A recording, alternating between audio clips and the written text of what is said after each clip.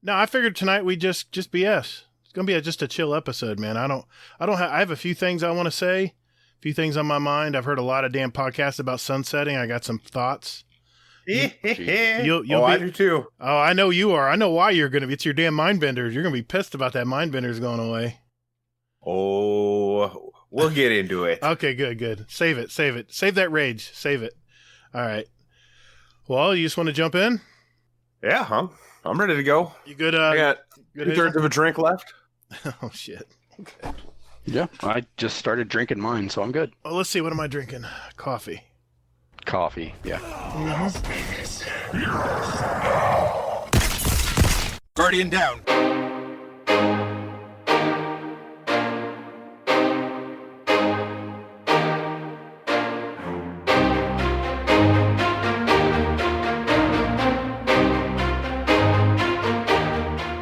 Hey, what's up, everybody, and thanks for hanging out with us today. Welcome to episode 45 of Guardian Downcast. We're a couple of dads that talk about all things in the Destiny universe.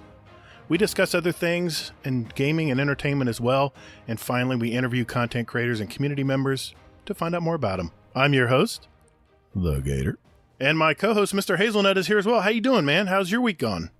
I'm good. Sorry. Sorry. So yeah, I'm doing pretty good, man. SSDD pretty much. The new normal is taking effect. So yeah. What about you? My daughter went back to school. Her school's done. She's done with her semester, but she went back to Tampa because she works at Target and all that over there, and she had to get back to work. She had her 30-day stay or whatever they call it. They give it to you without, firing you. And she went back and, she wanted me to check her oil, check her tires. And she's got a fairly new Toyota. And sure as shit, as soon as she gets to her apartment, Dad, I don't have any brake lights. Brake lights are coming on. I'm like, son of a bitch. All right. I said, well, shoot a video of it and send it back to me. And so she does. And it's obvious. Both bulbs aren't lighting up. So I'm thinking, okay, it's going to be a brake light switch or a relay or something. So I said, okay, go to the auto parts place. They'll do it for free, probably. They'll check it out for you. Well, with the COVID and everything going on right now, I don't think anybody's testing anything for anybody. So she had to go to the dealer, Toyota dealer, where she bought her car, right? You think, okay, it's a young girl coming in. They'll give her a break. They'll look at it and tell her what's wrong. Fuck no. I go there. They charge her $78 just to plug the damn analyzer into her port in her car and find out it's 2 broken bulbs. She just, her rear end of her car just got messed up, just had it repaired, and I guess it shorted the bulbs out. So $82 fee for replacing 2 2057 light bulbs in her car. So I was like, sounds about right. Sounds about right. You try to check everything and and still shit like that happens. So I said, well, you learned your lesson. But they did catch a defective airbag. She had one of those defective airbag things, so that at least that was fixed. I felt good about that, so it was worth it. Good deal. We're happy to reintroduce our guest to the show tonight. He's been a longtime friend of the show and co-host of the long-running Potato Thumbs podcast, and his third return to our little show. I think so. I believe so. Yeah. Our friend, Mr. AdmiralNips. Hey, man, how you been this week? Oh, it's been a week. But we got the Jameson out. We're hanging out with you guys. It's going to be a good night. I see that. Yeah, you guys are both on video tonight. That's awesome. I get to see your expressions. That's going to be sweet. I think your first visit, I was looking it up, was in episode 4 of August of 2019. And then you had your speedrun makeup episode show we did in November of last year. So, yeah, this will be number 3. Good deal. Well, hey. It's been a while, yeah. Yeah, man. I'm excited to be back. Dude, I'm so excited when I know you're coming on the show. It's just a good time. Well, just a quick overview of tonight's show. We're just going to kind of chill tonight. We're going to catch up and see what's up with Nips here. We'll have a discussion of his opinions about the current changes to the feature content of Destiny. And he's also going to get that second crack at our new and improved fast fire session we call the speed run. Hazel's going to go over the TWAB as usual, and we might chime in a little bit on that one. And finally, we'll answer Twitter and Discord questions from our community and add 2 songs each from everyone here for our Guardian Downcast playlist on Spotify and now iTunes. Everybody ready? Yes, sir. Sure. All right, let's do this. Not?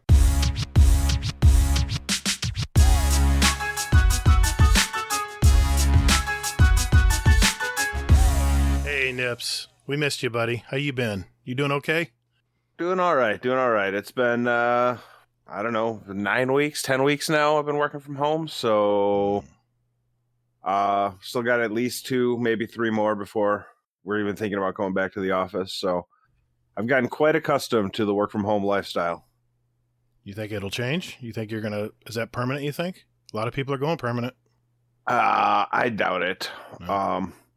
As much as I loathe people in general, it has been a struggle to get the work done that I want to get done every single week. Some days are more productive than others, but on the whole, it's been less productive. So I suspect we'll be back. Yeah. It's so many distractions at home sometimes, Well, not my home. No? It's just me. Just And you? a couple of animals. Cool deal, man. Cool deal. Well, If anything, that Xbox sitting in the room over from my office is the bigger distraction than anything else. oh man, this Corona thing. It's it's funny. My wife was talking to me tonight on my way home. We went and got some ice cream tonight after dinner, and she goes, "When do you think you would be actually comfortable to go back to a restaurant?" Because we went to restaurants 2 and 3 times a week. I mean, we don't have kids anymore, so and. I said, I think it'd probably be at least July where I'd feel comfortable. Because right now in Florida, this is phase 2, they're allowing 50% capacity at restaurants. Which I'm like, well, honey, do you really want to wait in a line to get in a restaurant? Because they can only accept half of the people that can sit in that place? It's bad enough as it is in Florida. What do you think? You think you'll be going to restaurants anytime soon? Probably not. The gym is the thing that's going to get me sick. I'm going to end up going back to the gym pretty soon once it opens up again. And that will be the thing that gets me if I get got. Mm. Yeah. Restaurants, the draw just isn't that big. So, yeah, when I went to the gym long ago, I haven't been to the gym in a while. I work out at home now. I used to do all the weight training and leg presses and all that stuff, and I love doing it. But it seemed like every time I would reach a certain point in my workout where I'd be losing all this weight, I had such good momentum, I'd get sick. And it'd just be a flu. It's a flu bug, but it'd throw me off my game so much. And it would take so long to get your strength back that you lost a lot of your momentum, and then you'd fall off. So, Yeah, I was reading an article, and it was talking about like 9 things that are going to be changing when you go to restaurants again. And it's like, there's only going to be there's like no waiting at bars anymore for the most part. And then everybody's going to be in their car waiting to get basically texted to come in. You're not going to be able to pay with your card and give people your card anymore at some places. You're going to have to just pay through your phone. oh, jeez. So, interesting times. The only people that are going to touch us are going to be family. It'll be weird. I don't know how we're going to get back on track. It's going to be very slow, I think. But I was just telling my wife, I said, and I'm not going to go down this rabbit hole too long, guys. I said, you wear the mask out of respect for others in the area. If you're going to the grocery or I go to Sam's I do the Sam's and she does the grocery store. If I go in there, I wear the mask because you're not doing it for yourself. Because if the virus is out there, it's going to go through a freaking paper thin mask unless you got a 95 on. I do it for other people. And I get really irritated when I see people in there without mask on that are just acting like life is normal when it really isn't. But the one good news I heard on the news this week was that they found that the virus was not easily spreadable from containers or surfaces. So that was good news. I don't have to wipe down all my Amazon packages anymore. Like I did that anyway, but but that's one good thing. That means that we can be a little more free to do what we want. A little bit. I don't know. I think we're way far away from ever getting back to the way it used to be. I don't know. But regardless, that's not what this is about. This is about Mr. Nips. And is that what we're talking about? Okay, sorry. No, go ahead. I'm sorry. So, what's one thing that your gaming friends might not know about you? Oof. It was tricky, because anybody who's listened to our show knows pretty much everything about me, including my address. So it's going to be a little tricky to think of something. And your phone number, I think, from what I heard. Yeah. Well, we don't have enough booze in me yet tonight to share my address with your audience as well. So I'll bleep it out. Don't worry. Yeah, Fluffy offered too, and I told him if he bleeped it out, I'd quit the show. Uh-oh. Okay. Was still very drunk at that time. Then the next morning, I'd said, "Well, it was dumb, but actions have consequences, so don't edit it out." I'm an avid reader. I guess some people know that, but most people probably don't. Like in terms of, I always talk about the Witcher books, but I mean, beyond that, I don't know, thousands and thousands of books. My house is basically just bookshelf after bookshelf. Is the only decorations I have in the house. So never moving because I don't want to carry all those books out of the damn place. That's awesome. What's your favorite book, sir? Or a couple of them? Oh, let's see. So obviously the Witcher series I love. If I was picking one book out of that, it'd probably be The Blood of Elves. Martha Wells just wrote a book. She's had a whole bunch of short stories about this character called the Murderbot. So she wrote the first Murderbot novel, and it was everything I wanted from a book. Catch-22 is pretty high on my list. Edmund Spencer's The Fairy Queen is my like intellectual college nerd book that I loved. So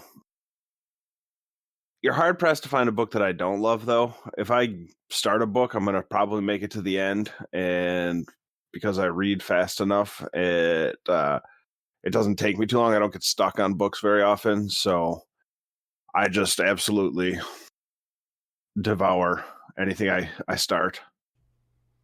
Nice. Did you ever read Lord of the Rings series?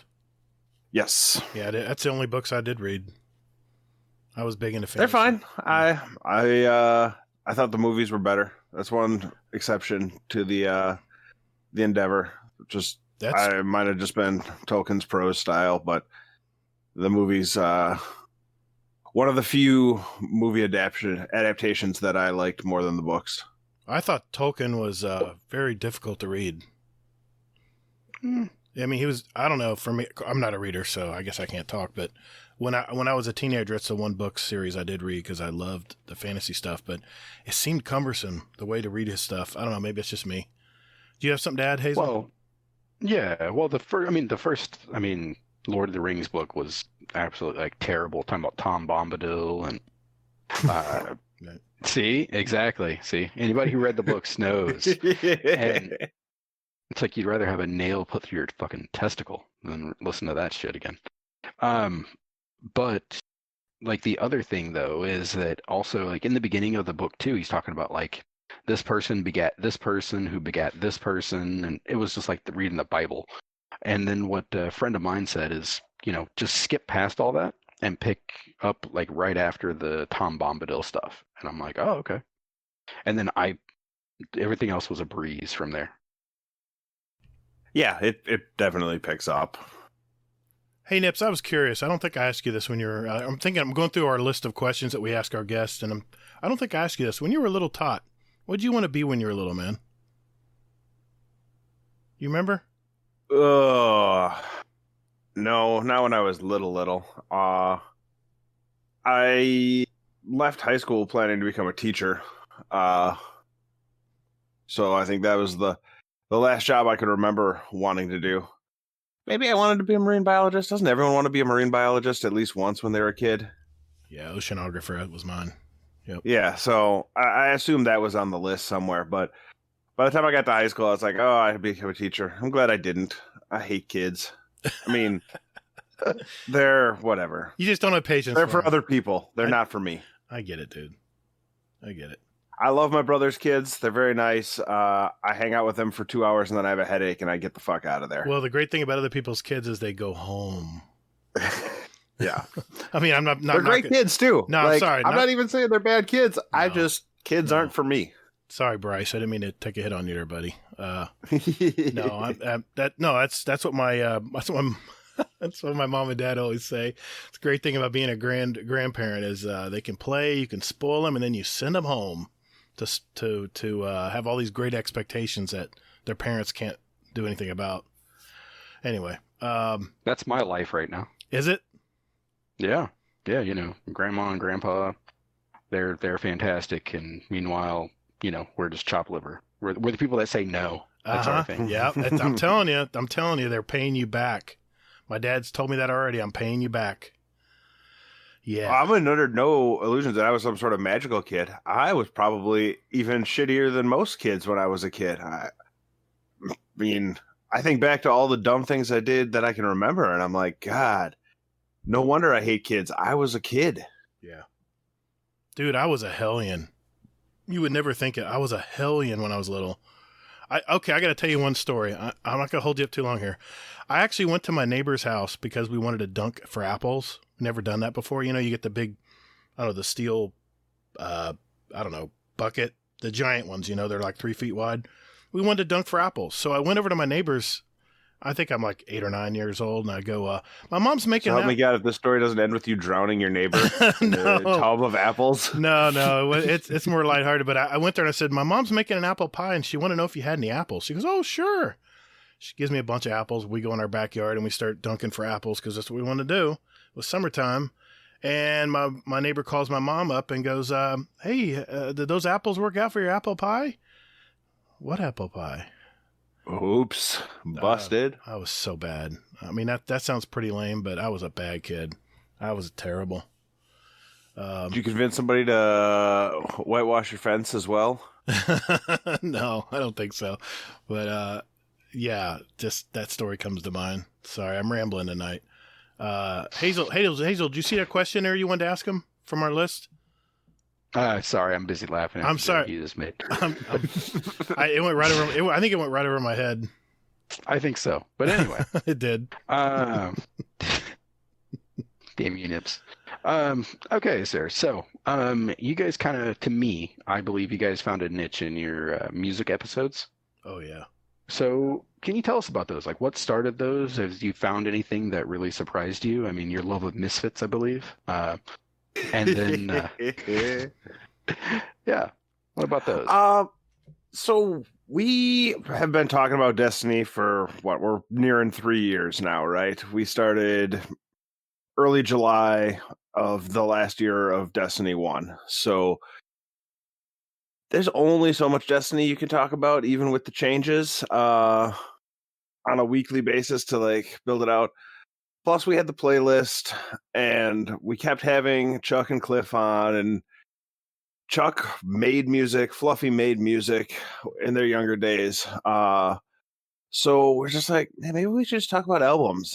It'll be a fun thing to do. So we just started going through and picking albums, and I thoroughly the least knowledgeable person out of the four of us when it comes to music. I am just trying not to make an ass of myself in those episodes because I was like, I am tone deaf. I'm just everything bad about music is me. I barely made it through 8th grade band, let alone anything else. And I'm stuck with these guys who made music professionally. But it's fun because Fluffy's invested. Chuck is like, you never see Chuck as excited as you do when he starts talking about hip hop, man. He just gets going, and it's just like infectious. And Cliff might be the funniest guy I know. It's just his humor is so dry and ridiculous. So he like puts in the legwork to actually do research on his albums. So I think it brings out the best in all of us. And when they're all doing their thing and I don't have to carry the conversation, it just lets me sit back and do some sniping, which is honestly my strongest suit, is to just, make smart ass comments off the cuff while other people are talking. So those episodes are the easiest to record and they're the most fun. I didn't realize how much of an audiophile those guys are because I'll hear, let's see if I can do my best impression. When you guys were doing Misfits last week and or a couple episodes ago, and he goes, "Oh yeah, that that one song, I don't know where they're recording that, but it was, I didn't like it. I was like, I got to talk to this guy. I love this guy. He's like, I think they're recording in a garage or something. I don't know. It didn't make sense to me. I love that guy. Chuck is great, man. He's talking about recording it in a refrigerator inside the garage. That's what it was.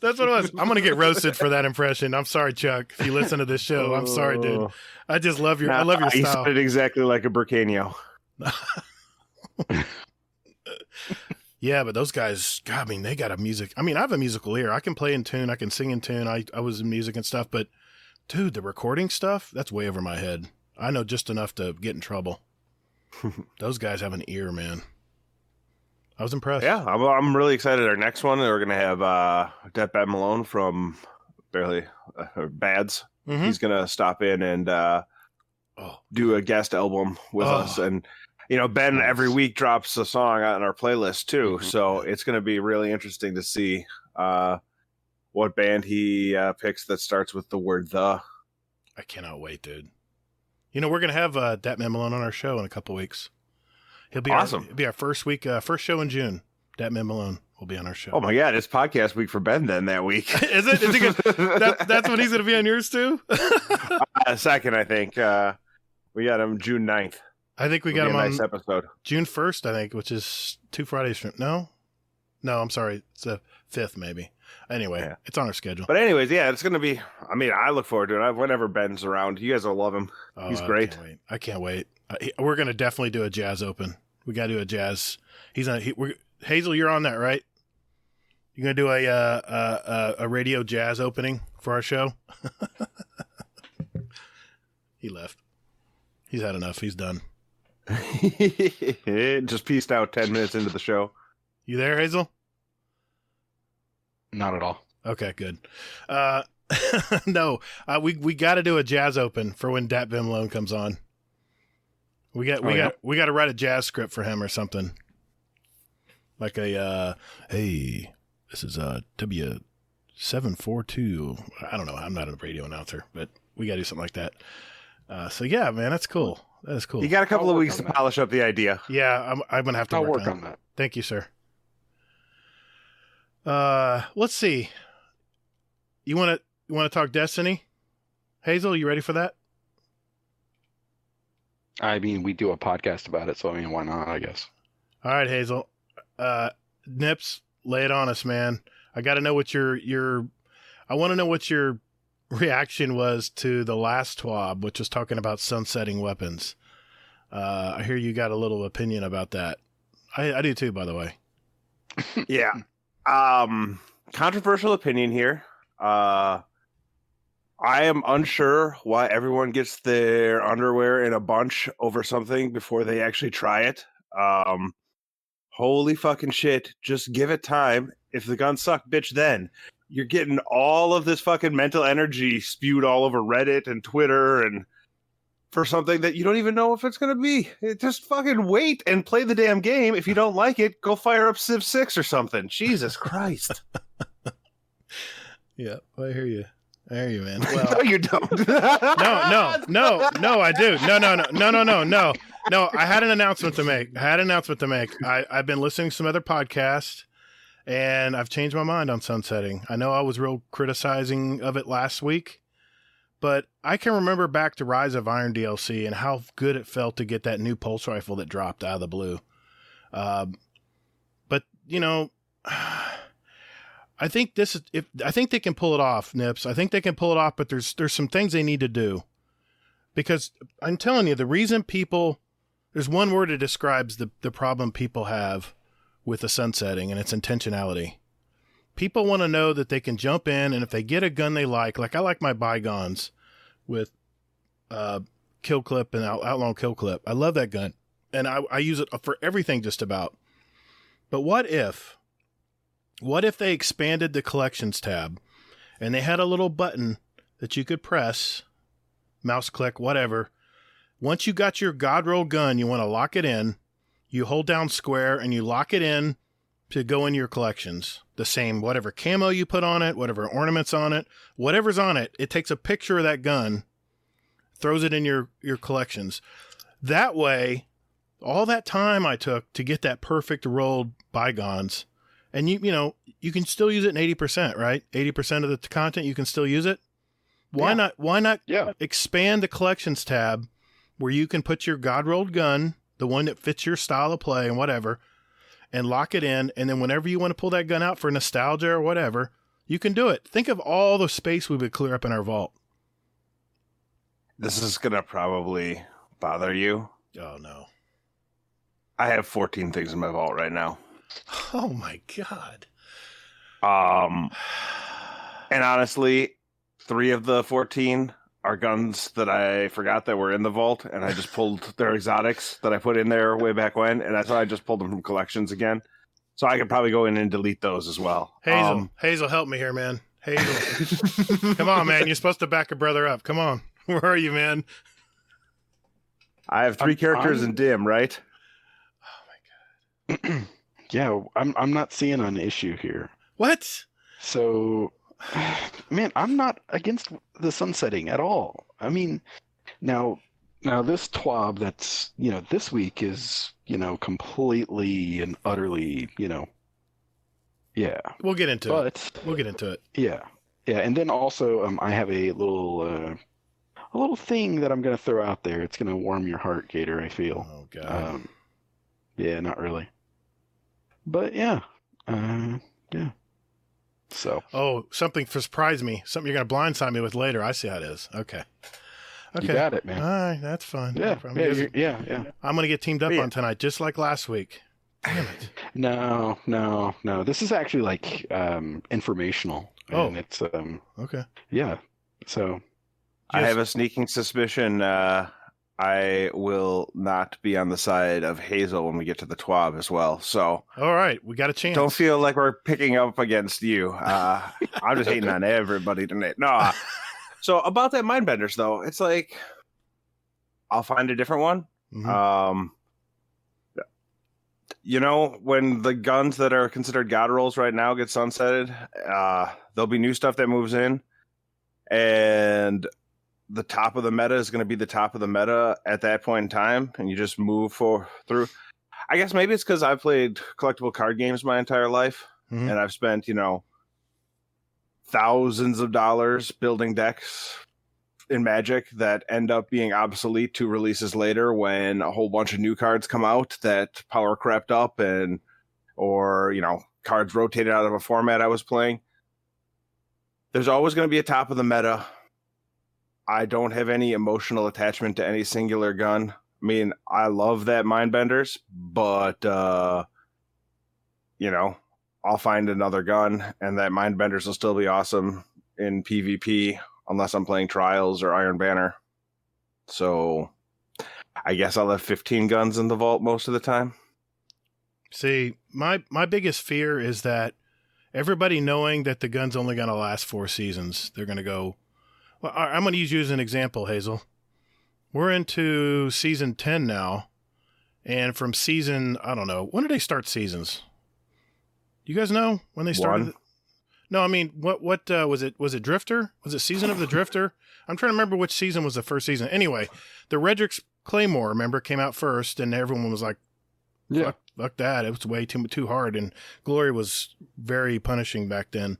I tried to it was. I tried to do a solo. I remember I was going to do a video series on it on YouTube, and I was like, I think my 4th day of doing it, I was like, fuck this. I can't do it. I'll rage, and it'll be over. So then they came out with the easier one, right? Where they just made you do a lot of legwork to get it, but you could still get it. It was long. It was very long. I'm curious, Hazel, how long did it take you to get that gun, the Redrix Claymore? I'm sorry, the Redrix Broadsword. Yeah, I have no fucking clue. It was a long. All I know is, yeah, I didn't even know that I did like the first 2 steps with like the pulse rifle kills and stuff like that, and double kills until I looked and it was like, hey, you know, you need 75 of rumble, 75 survival, and 75 control, and I was just like, oh, fuck, all right. So yeah, so I think I realized it actually the round before that, where it says something along the lines of get 50 kills with each element, and it was Mayhem Week. So I was just like, oh, fuck this, yeah. So I went in, got my 150 kills in like 6, 7 games, and then went right into my 75 from there. But I have no idea how long it took. I remember doing it, and it took me weeks. I mean, it was an investment, something I had to do every week. And if you tried to do it all at once, you'd go insane. There was so much work to do on it. But think about in the future here, we get one of these not ritual, but what is it called? I don't know what they're even going to call these seasonal guns now. It's going to be one gun that you can get via any of the playlists, but the special gun for the season, I'm going to call it that. Think of how much time you spend to get that gun. Then you love how it looks. You love how the artist put it together. You love how it feels. The recoil pattern's perfect for the way you play and the way you hold the sticks when you're playing and shooting. And then all of a sudden, you know that you're not really pretty much not going to be able to use it 3 more seasons. Or what if you get it in season 3 of the 4 for that year and you only have 1 season to enjoy the gun? Wouldn't you be a little salty? The journey to get it, right? Like, I mean, using broadsword's kind of a bad example because everybody who goes and gets it shoots it like 3 times in a match and then changes back to the pulse rifle that they got the 250 headshots with. You're not wrong. And never shoot it again. But I didn't play any Rumble in Destiny before that quest. I finished the 25 Rumble games with a sum of all tiers, which is like the highest accomplishment I've had personally in Crucible outside of like Trials games once in a while. But you know, that feeling when the Rumble game ends and you're like, holy shit, I killed more than everybody else in this lobby combined. And that was like my last game on the Rumble stuff. And I don't care about the gun. Shit. There's like, and even that Mindbenders. I'll find another shotgun. It's perfect for me. But you know what? There'll be another gun that fits whatever I'm doing. Or maybe I switch up my style. I mean, I think back to D1, shotgun in year 1. Year 2 was, a sniper rifle. Year 3, basically, I never took off no land and sidearm. It's just, right. Yes, sometimes, and for some people, it takes longer to get through a quest to get a gun, so they don't get as long to play with it. Right. If that's a thing you're worried about, you have to prioritize it. And I know not everybody has as much time to play the game as I do. So I'm speaking of a spot, of some level of, privilege that way. But right. Fellwinter's Lie, I got all day to get a Fellwinter's Lie, right? Mm-hmm. I'm at 18% of my shotgun kills. Not even worrying about it. I'll get it eventually. Yeah, me too. Just little by little every day. Because if you're shooting, just use your shotgun whenever you're going into something. Whatever you got to do for that week. Whether I was doing Gambit today on one of my alt accounts and just lighting stuff up with shotguns. I had the new 7th Seraph weapon. It's a faster firing shotgun. I love that gun. It has quick draw and snapshot. I just had a question. I thought 80% of those guns were shit. Oh, don't come back on me now. Don't pull that shit on me. No. Well, okay. All right. Touche. That's the 20. That's one of the 20% guns that is good.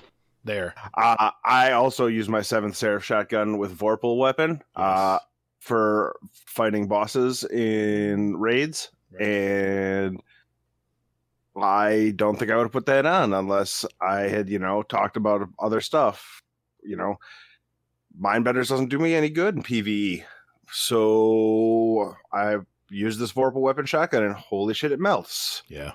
I like being able to use different weapons. I run those stupid gunsmith bounties every week. Yeah, me too. It's like, oh, I got to go find a sidearm to use. Cool. Mm-hmm. Oh, I got to get hand cannon kills. What hand cannon do I have on this character? I'm not going to actually move stuff over. I just have a hand cannon on everybody. So I have a service revolver, a Luna's, this, that, and the other thing, a Duke somewhere. Like, I don't know. Play with different guns, have fun.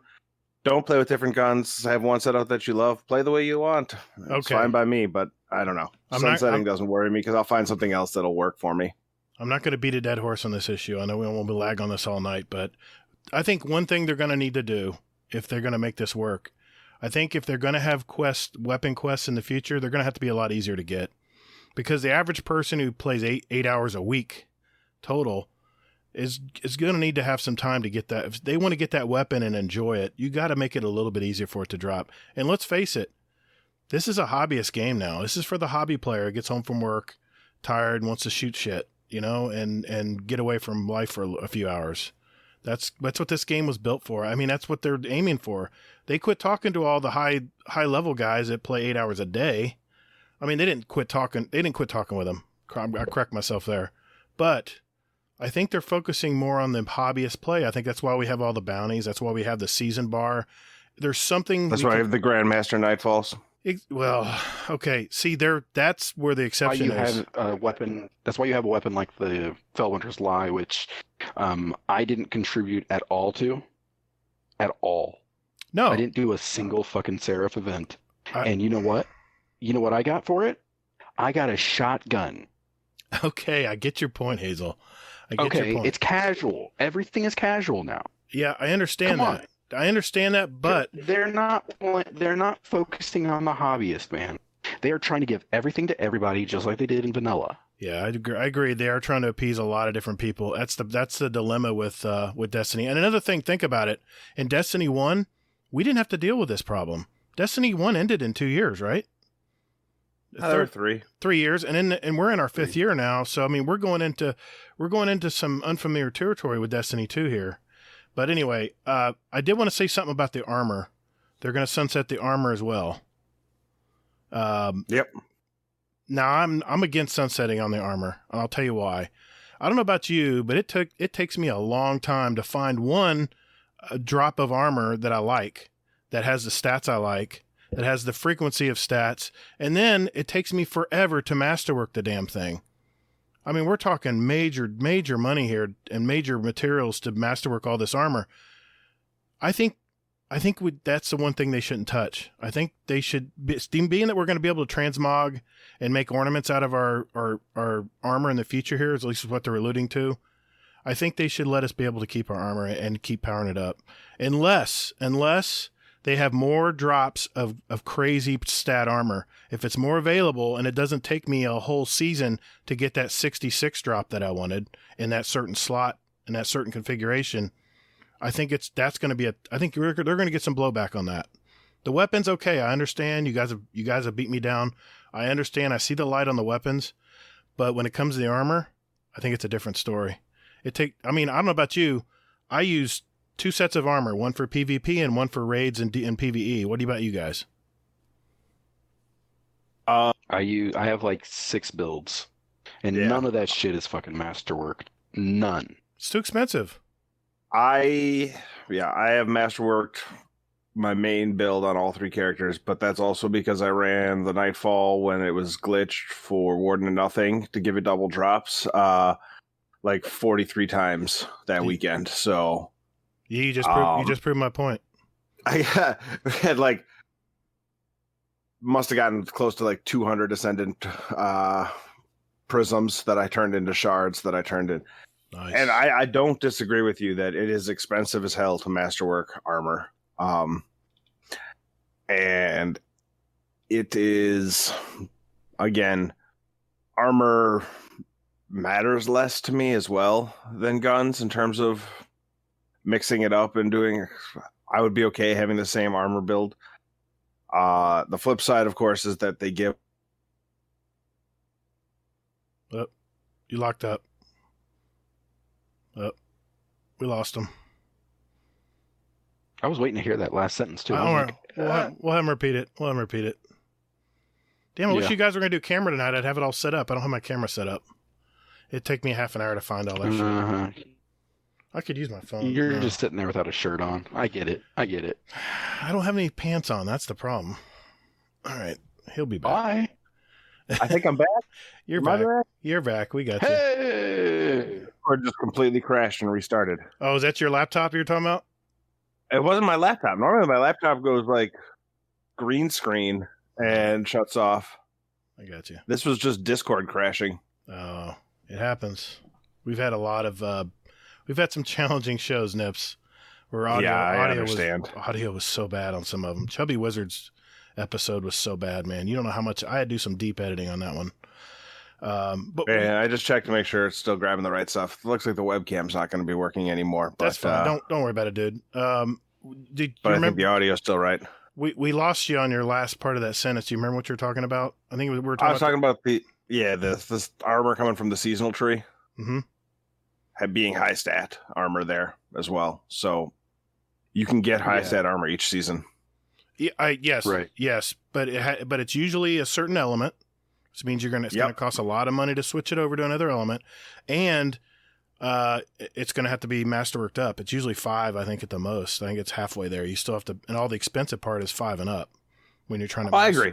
So I actually, as much as I want to be a contrarian, to have a strong build you need, they either going to need to change the cost of masterworking or find some other way, because for every average person, although most of the people I play with don't have all their gear masterworked either, so even today people aren't going crazy with the masterworking. But yeah, I think that if you want people to be able to masterwork their gear and have perfectly kitted out builds that they love, something is going to have to change on that.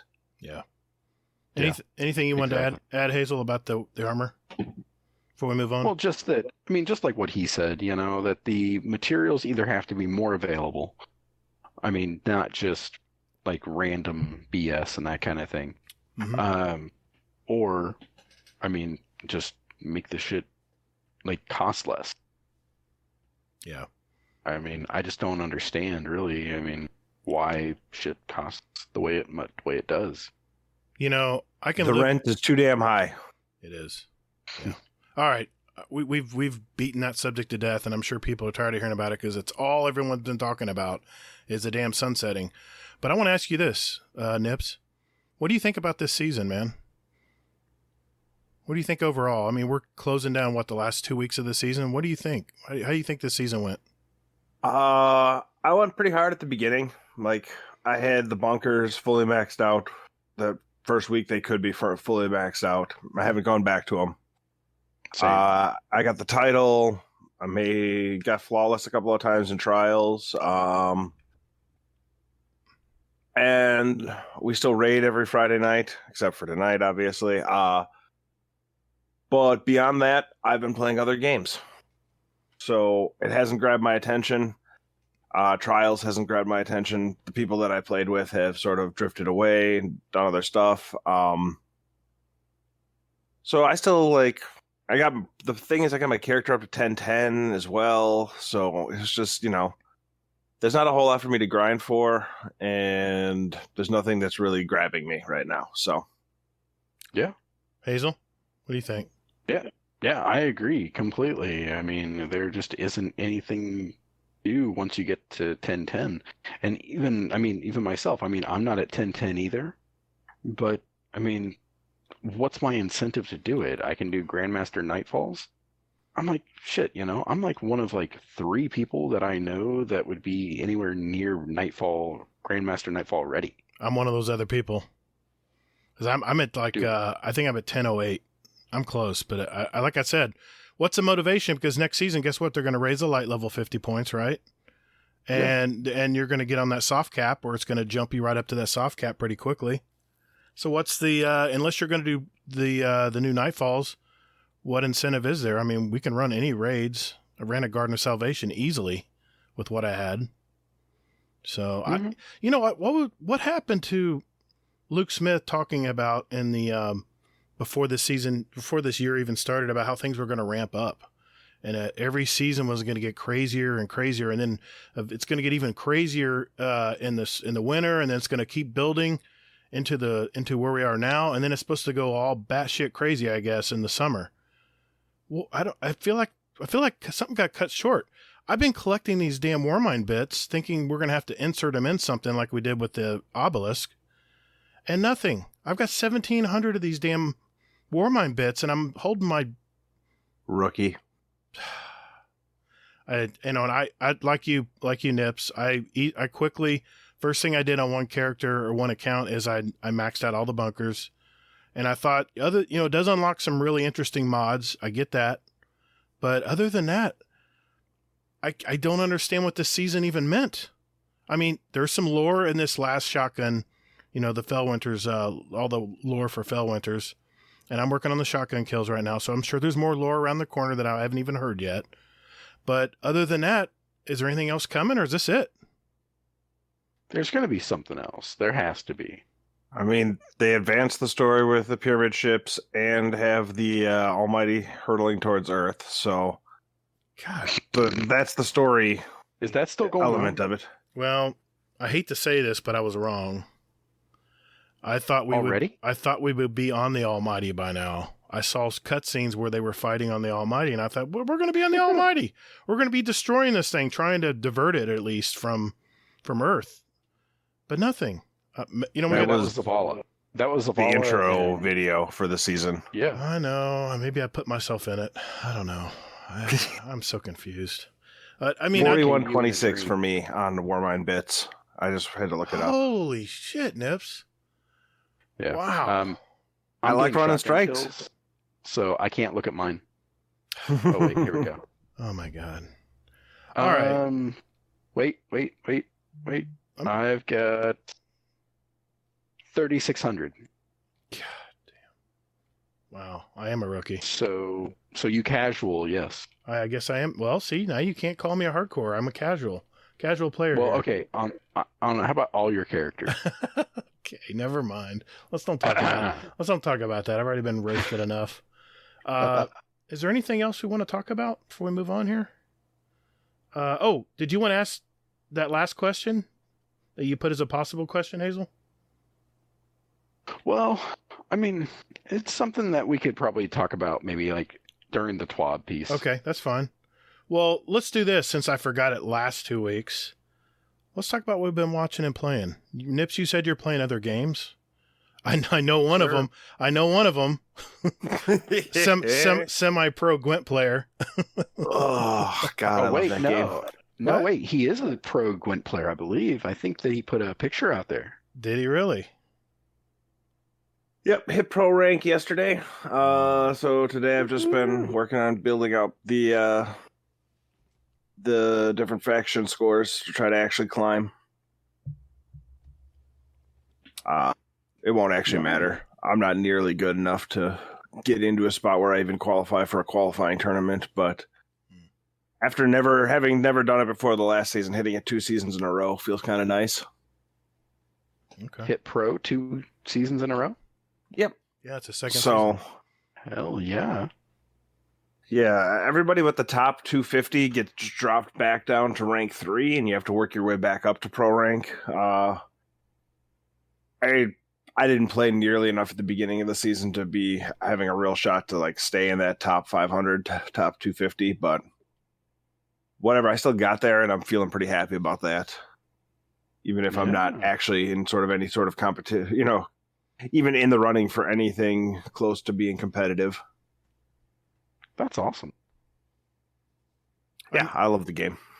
I know you like to watch weightlifting videos and strongman competitions on YouTube. Do you watch anything else on TV or cable or whatever? So I watched The Last Dance this week. Okay. It was good. It wasn't as good as everyone made it out to be for me, but then again, I was following that Chicago Bulls team pretty closely in the, I think everybody was. in the mid 90s. I was a 16, 17, 18-year-old kid. Well, 14 to 16 during that run. Right. So, and living just north of Chicago, it was sort of almost an obsession with that Bulls team. So it's like I didn't learn anything new from it. And go ahead. Well, I was just going to say for our listeners, that was on ESPN, correct? Yeah. Okay. Yeah. What else have I been watching? I started rewatching The West Wing this week. I watched the first 2 seasons of that, just sort of as a background noise while I'm playing Gwent. Yeah. Forgot how much I love that show.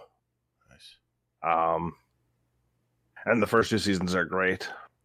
Then it gets a little bit rougher after that, but what are you going to do? You can always tell in a series when they start getting off the tracks a little bit. They start reaching for stories a little bit more. Yeah. The showrunner for the Witcher series actually got her start as a writer for The West Wing. Really? Way back when. So pretty cool.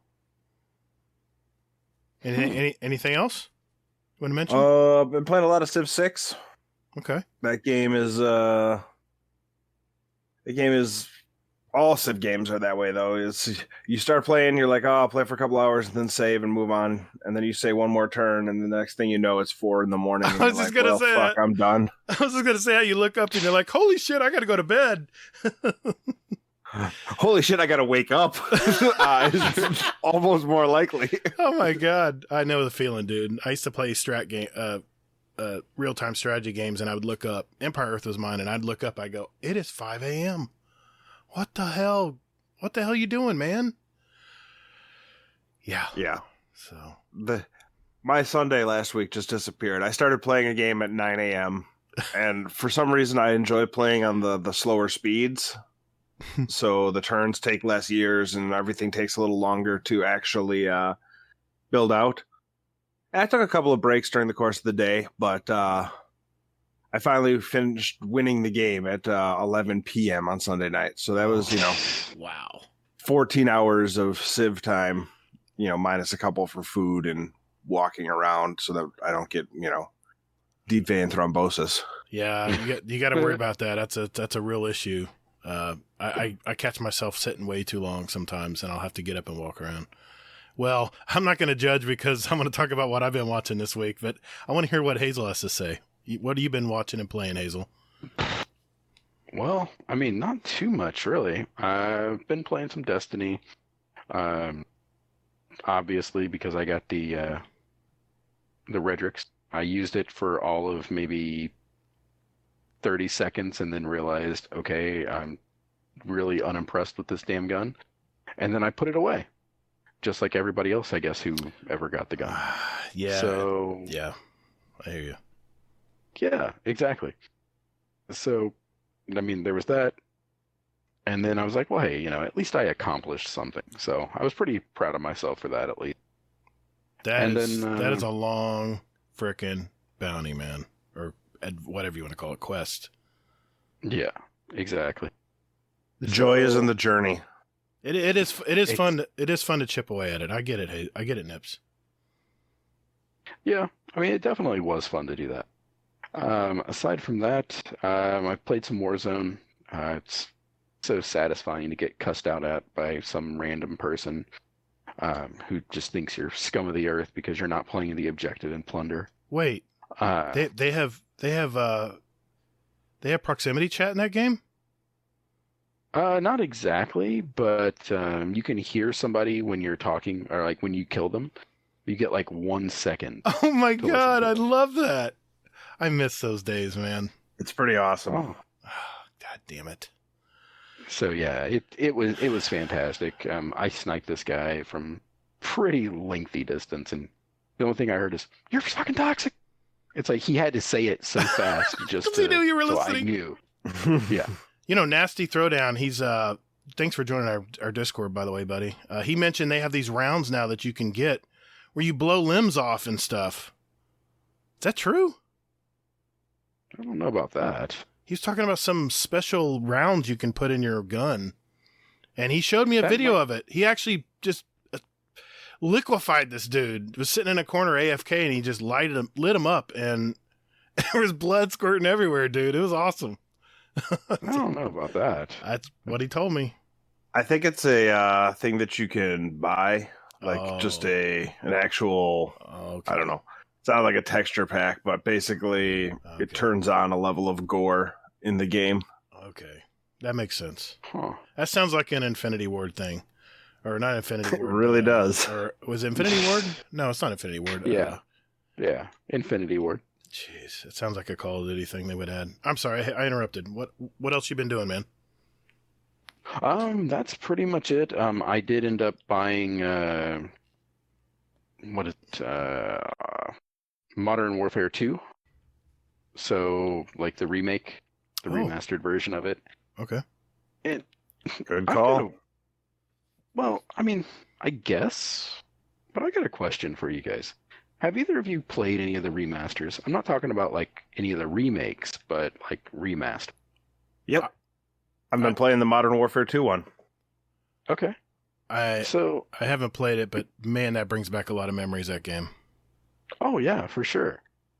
But is it just me, or I don't know, do I have rose-colored glasses, or do these games kind of, to me, they look the same? I mean, when I think about them and that You're cutting out. oh no. Uh, I don't think they look the same. I think if you put them up side by side, I think the thing is, compared to other games that you're playing right now, they're on the same level.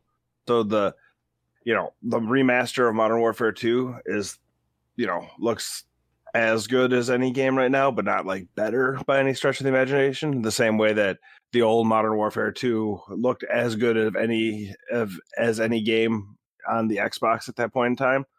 But I would imagine if you put them side by side and watch the two, you would notice the difference. Yeah, I could imagine that. But it just, I mean, I was just like watching this and this is how I imagined that it looked back in the day. You know? Oh yeah, Like, no, it feels real like the old game. yeah. I don't know what it was. It just kind of struck me. I'm like, didn't it look like this originally? I'm like, it's like, what's so different? well, you can't infuse new technology. I mean, you're only going to get what they developed. You just might get it in a little bit more higher fidelity. They can't change the Oh game. yeah, I mean, it definitely looks. I mean, it definitely looks better. I mean, it definitely does that for sure. Yeah. But it just, I mean, I was just like sitting there and I'm looking at it. I'm like, didn't it look like this originally? I was like, am I missing something? The snowflakes, as you're sneaking around the base, are much clearer in the current version than they were in the old one. I noticed that.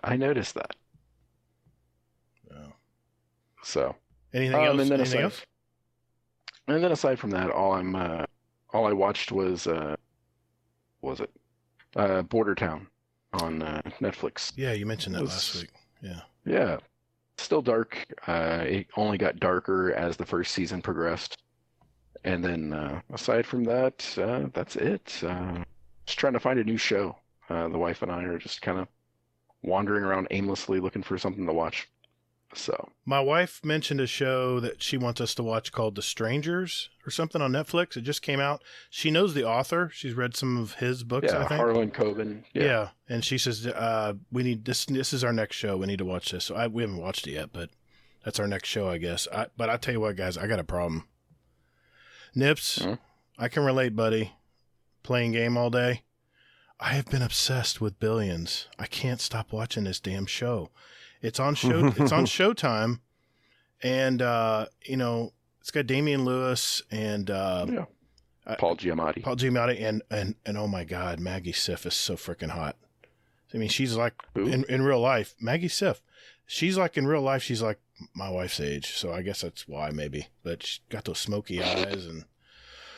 Whoo, she's brunette like my wife, so it's like, anyway, I have been binge watching 5 seasons, and these are 40-minute to 50 to an hour episodes. Talking 12 episodes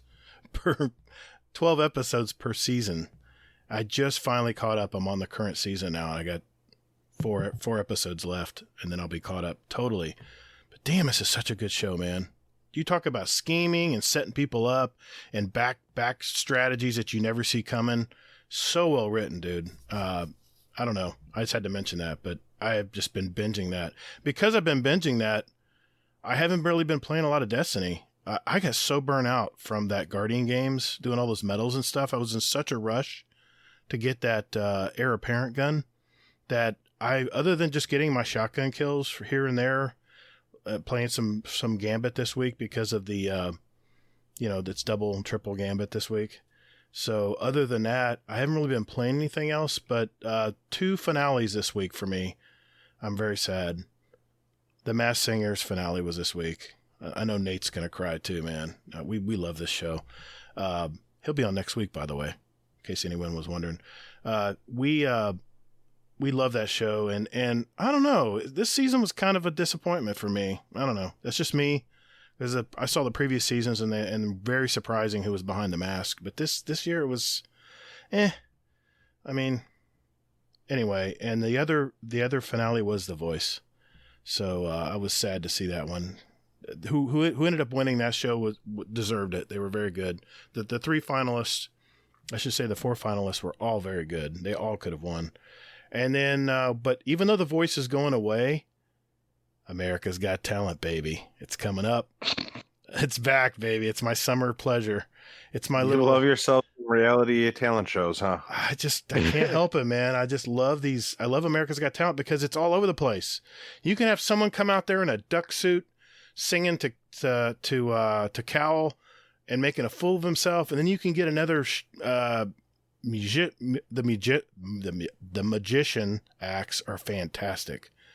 The visual illusions that they perform, the card tricks, whatever they end up doing, it's just top of the line stuff. And then you got all the dance groups, and it's like all the reality shows mixed into one. You got singers, you got acrobats. I mean, daredevils, you name it. It's just like a damn jumbled mess of this talent. Is not selling me on this at all, dude. I'm telling you, I warn you. Once you see it, once you watch one show, you'll be like, okay. I've watched it like once, and I'm like, wow, this is definitely not my cup of tea.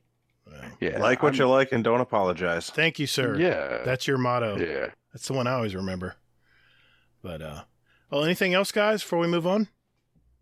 No. Any other reality TV shows you've been watching? Let's see. I've got a few. I didn't want to drag this on any further, but I know Nips is probably falling asleep already. No, I'm trying to think of the other stuff I watched this week. Okay, I can mention a few more. I'm gonna edit all this shit out. My notes are all messed up. I'm trying to get to my notes. I wanted to mention HBO Max, the new streaming service, is coming out on the 27th of this month. They're gonna have it's a new streaming service with TV and movie programs, movies, and it's got anything from old TV shows, old cartoons. It looks pretty cool, man. I might try it out. At least do the 30-day or whatever free view they're offering. Because I already watch HBO. This is just like an extension of HBO. So, yeah, I wanted to mention that. They're going to have a lot of original programming, too. So, HBO, they don't mess around when it comes to original stuff. So, looking forward to that. Songland is my music show right now. Now The Voice is gone, but they had this last week was Florida Georgia Line. It was really good. The songs that were available that they put out there were from the I guess what do you call it, the beginner artists / writers. They take 4 songs, they whittle it down to 3 songs, and then they decide to pick one song, and just the process is really cool to see. Yeah. Other than that, that's pretty much it for me. Anything else for you guys? Do you want to mention before we move? I finished up Westworld season 3. Yeah. What'd you think, man? It was fire. I loved it. You think there should be another? You think there should be another season? Or you think it should have ended there? I'm okay actually going either way. Okay. I selfishly would like more because it's one of the few shows that I go out of my way to watch pretty quickly after it comes out. Yeah. I just finished the newest season of Bosch like 2 weeks ago as well. That's another one I want to watch. That is, well, I'm in love with the book series. I would argue that Connolly's one of the better crime action writers, detective writers out there. So I had read all of the novels well before the Amazon show ever got created. And so I'm already emotionally invested in that show before the first episode ever got created, but it sort of fell off my radar. So I got a full, 2 weeks worth of binge watching to catch up. So that was enjoyable as well. Well, with the stay-at-home orders right now, no problem there. A lot of binging going on. Yeah. A little bit of purging. Well, yeah, that too. Anything else, guys? Nope. Right. Nope. Well, Hazel, it's that time, man. It's that time. Nips I'm gets at 51% of my kills. Is that what you're talking about? No, I'm not talking about your shotgun kills. No. It's time for Nips to take another shot at the speed run. I'm excited, dude. I'm excited. All right, we're going to do that right after this. Call the Praxic Order, call the Thanatonauts, the Ginseng Scribes, call everyone so they can witness you. Okay, boys and girls, it's that time of the week. It is called the speed run. This is where we have a database of over 125 randomly asked questions, and Nips here has 60 seconds to answer as many as he can. These are short 1 or 2 word answers, and we're going to keep track of how many questions were answered by each of our guests each week. And at the end of the year, whoever gets the most will win a cool prize. Tonight, I'm going to ask the questions randomly from our list. Hazel's our timekeeper and quality control expert. In the event of a questionable answer, Hazel's decision will be final. Sin and Kingsley Mack are still the co-leaders at 26. So, Nips, you ready, man? Yes, sir. Find yours in, dude. Find it. Here we go. 3, 2, 1. Cake or pie? Pie. DC or Marvel? Marvel. Pulse, Scout, or Auto Rifle? Pulse. Rock, paper, or scissors? Rock. Dogs or cats? Dog. Horror movies, yes or no? Yes. Favorite ice cream flavor? Mint. Drifter, evil, yes or no? No. Favorite cartoon, past or present? X-Men. Fallen, Vex, or Cabal? Fallen. Is Telesto the besto? Yes. What was your first music album? Shit. Why I fucked? Rolling Stones. Candy bars or chocolate bars? Candy. Can you solve a Rubik's Cube? No. Pen or pencil? Pen. What is your beverage of choice? Whiskey. Blue, green, or brown eyes? Green. Mario or Sonic? Mario. Apple or Android? Apple. Cave or treehouse? Treehouse. Last word or Ace of Spades? Last word. Destiny 1 or Destiny 2? Destiny 1. Coke or Pepsi? Coke. Name one possession you can't live without. Book. UFC or WWE? UFC. UFC. What is your favorite seasonal beer? What are you doing? I called said time. like 2 questions Seasonal beers ago. are bullshit. They're for chumps. Somebody might have thrown that question in at the last minute. If a beer's good enough to be made, it's good enough for all seasons. Okay, glad you cleared that up. The first album got me. That's all right, dude. It's all right. We have to make it fair. We have to throw a couple thinkers in there. But no, I think it was good. I froze trying to think back to what it was. It's not that great. It's fun to do. That's good. Yeah. Nah, it was fun. Well, Hazel, I'm going to insert a drum roll here because otherwise I'll mess my mic up. What do we got? 24. Oh, no, fucking album got me. I'm sorry, dude. I'm sorry, it's not dude. you. You read fast. I froze. That's all right, dude. It's fun. That's fun. We love doing this every week. I mean, 30 and Still Gaming, he reacts the same way you do. He's like, God damn ice cream flavors, shit. Oh. Well, good deal, man. That was a good job. I tell you, that's fun. That's tons better than last year. So. Oh yeah, miles better. Yeah. Yeah, it's like you're reading them faster. Oh, and you can actually hear the questions. It makes sense. Yeah. It's a big deal. Yeah. Hey, I just want to remind everybody that we have decided to keep a channel on our Discord labeled Speedrun Question Ideas in our Discord permanently. So if you have an idea for a great speedrun question, I'm tongue-tied tonight, add them there. I did want to announce that we're going to have a drawing at the end of the year for all the entries that people put in the Speedrun Question Ideas channel, and we'll take your top 5 if you want to enter more than one. We'll be giving away a $25 gift card. Just our way of saying thanks. And thanks for listening and thanks for participating in our content. So, again, the channel on our Discord is Speedrun Question Ideas. Remember, I may have mangled that channel this week. I'm sorry. No, dude, throw them in there. Just make sure. No, the stuff I put in there had nothing to do with speedrun questions. That's why I'm apologizing. That's all right, dude. That's all right. Hey, at least you aren't going to put any troll songs in tonight, right? No, I think we're good tonight. No, I saw them. They look good.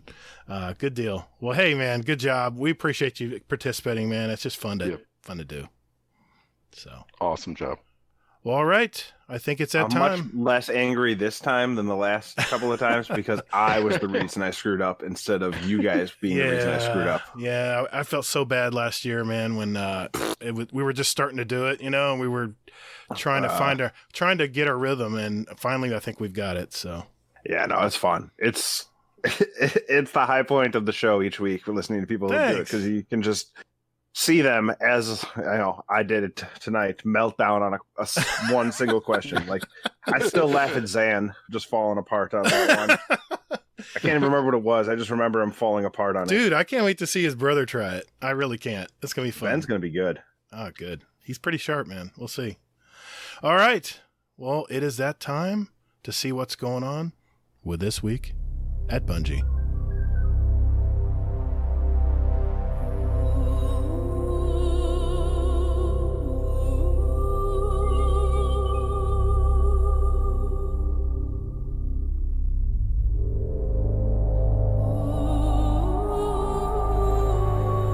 Let's see what's going on with this week at Bungie. Hazel, what do we got this week, man? All right. So I'm going to go over the TWAB, and then at the end, I have a little other topic of discussion from Bungie. Why am I frightened? You should be. I am. I'm Okay. kind of pissed off about it personally. Oh. I've been pissed off about everything in this fucking TWAB for the most part. But yeah. So spoiler alert to anybody there. So fun fact: the lie quest has been fixed, so you can go out and get your free shotgun. All it costs you is 1,000 kills. Fun fact: if you load into the jumping or the whisper mission, go underneath and do that. I busted out like 35% in one 15-minute session. So yeah, but that requires shotgun. That requires effort. Sorry, I'll just run into 2 lost sectors and just shoot shit, don't die. Oh god. Yeah. Okay. So anyway, Fourth wish takes you to Shirochi. there you go. That's the other one too. Yeah, that's right. So yeah, I haven't done that one yet because I figure 35% from, the whisper mission is pretty decent. So that'll take 3 runs. So Yeah. So yeah, Math checks out. I hope so. All right. So after that, so they have a thing here, decrypting the future. So with this, basically, they're going to be making some changes. Now, okay, I'm going to take some advice from the incomparable AdmiralNips here, and I'm not going to... I'm going to wait and see how this goes. Okay. But the world loot pool for Season 11 will consist of approximately 30 weapons. Now, I'll be honest with you, these are pretty decent 30 weapons here. But pretty much that's what it's going to consist of. It's 30 weapons. My initial thought to this is basically, I mean, I'm going to get sick of seeing these damn weapons. I'm going to want something more from this. Now, my other thought for this is that they're doing this so basically they can control the meta, so they can also control, what's going to be powerful and everything else like that. Now, I think this is just a tester for next year, what they're going to be doing. And it kind of pisses me off that they're going to do this because what they're also going to be doing is they're saying that some perk like Rampage, Kill Clip, some of those, I'll include Outlaw with a big asterisk next to it, are basically going to be the most sought after one. So what they're going to do is they're going to put those on these weapons so that way you have a better chance of getting. And I just... wait a minute. So you're talking about curated rolls? Is that what you're talking about? They're going to be curated with these pre-rolled? Well, no, they're going to be in the loot pool for them. So, Uriel's gift you could have Kill Clip and Outlaw. Uh-oh. Exactly. I think, But- the way I read it, and tell me if you read it differently, was that they're going to not curate roles, but they're going to curate the available perks to the weapons Yes. so that you will get perks more frequently that are valuable for the weapon. They make sense, in Right. other words. Yeah. Yeah. Which, to me, it makes it seem like it's more casual. Well, I like casual. What's wrong with that? Fuck casual. I want to try firmly planted on an SMG. Why isn't it in the loot pool for my SMG? Because Bungie doesn't want it there. I'm kidding. I don't No, want I know. firmly planted on my SMG. Yeah, but I love getting that roll because it's immediate, all right, delete. Yeah.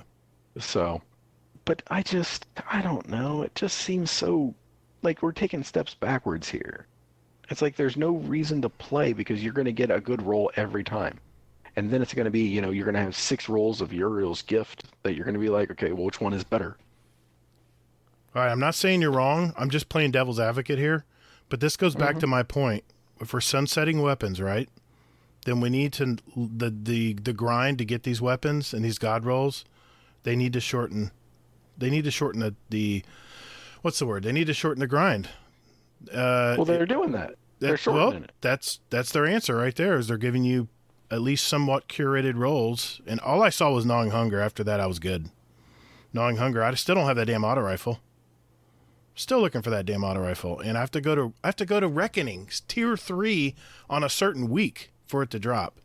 Now, if this was season 12 and I had to do that, I would just say F it. I'm just not going to worry about it. I think you can play Gambit Prime and it has a chance to drop there too. Does it? Okay. Yeah. You know how much Gambit Prime I played, Nips? Is yet to drop for me. It is what it is, I guess. RNG is RNG. That's true. Yeah. Don't tell Gator that. The worst. What do you guys think, though? I mean, is this a good thing? Is this a bad thing? What do you think? I gave you my opinion. What do you think? You like Nips? it. You like this. I like it. Yeah, I like it. I think if you're going to get a Gen 7 rifle, it should probably have rangefinder. It should have outlaw, kill clip. These are pulse rifles. That's what they should have on them. Not what's the one for shotguns? Grave robber. Don't put grave robber on a damn pulse rifle, please. I'm never going to use it. That's an instant dismantle. I'm sorry. What do you think, Nips?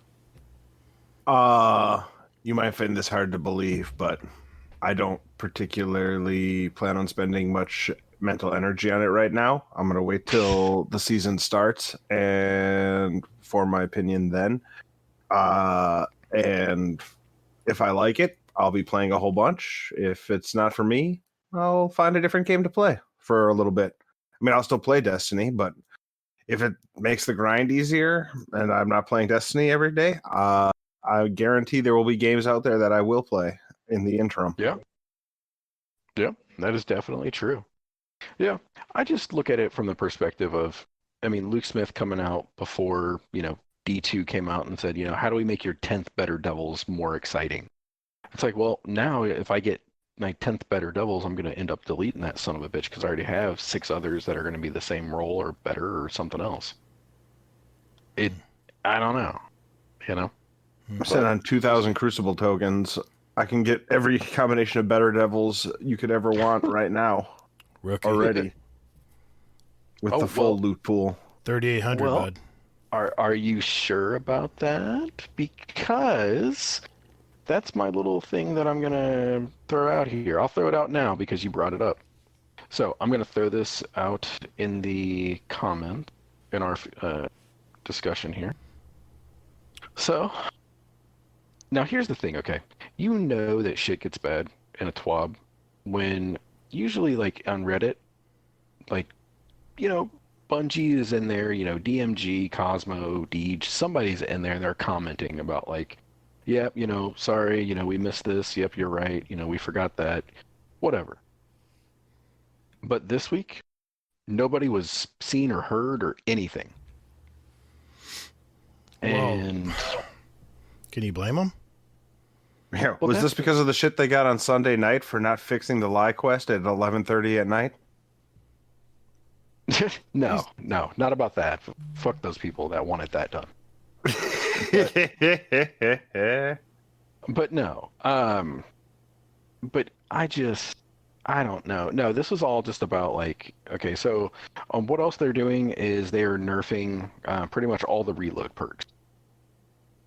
Pretty much, if it's a reload perk, it's getting nerfed. Outlaw's getting bumped up for 0.1, % of a second or whatever. So it's going from 0.8 to 0.9. It's going to be a minimal thing, that kind of thing. Ooh. I mean, just all of that. What is it? Feeding Frenzy is going to be basically per kill now. So the more kills you get, the faster reload you're going to get. Rapid kills, yeah. I heard that. Yep, exactly. Stacks up to 5, So, yeah. Yep, exactly. So it's basically a PvE perk now instead of PvP.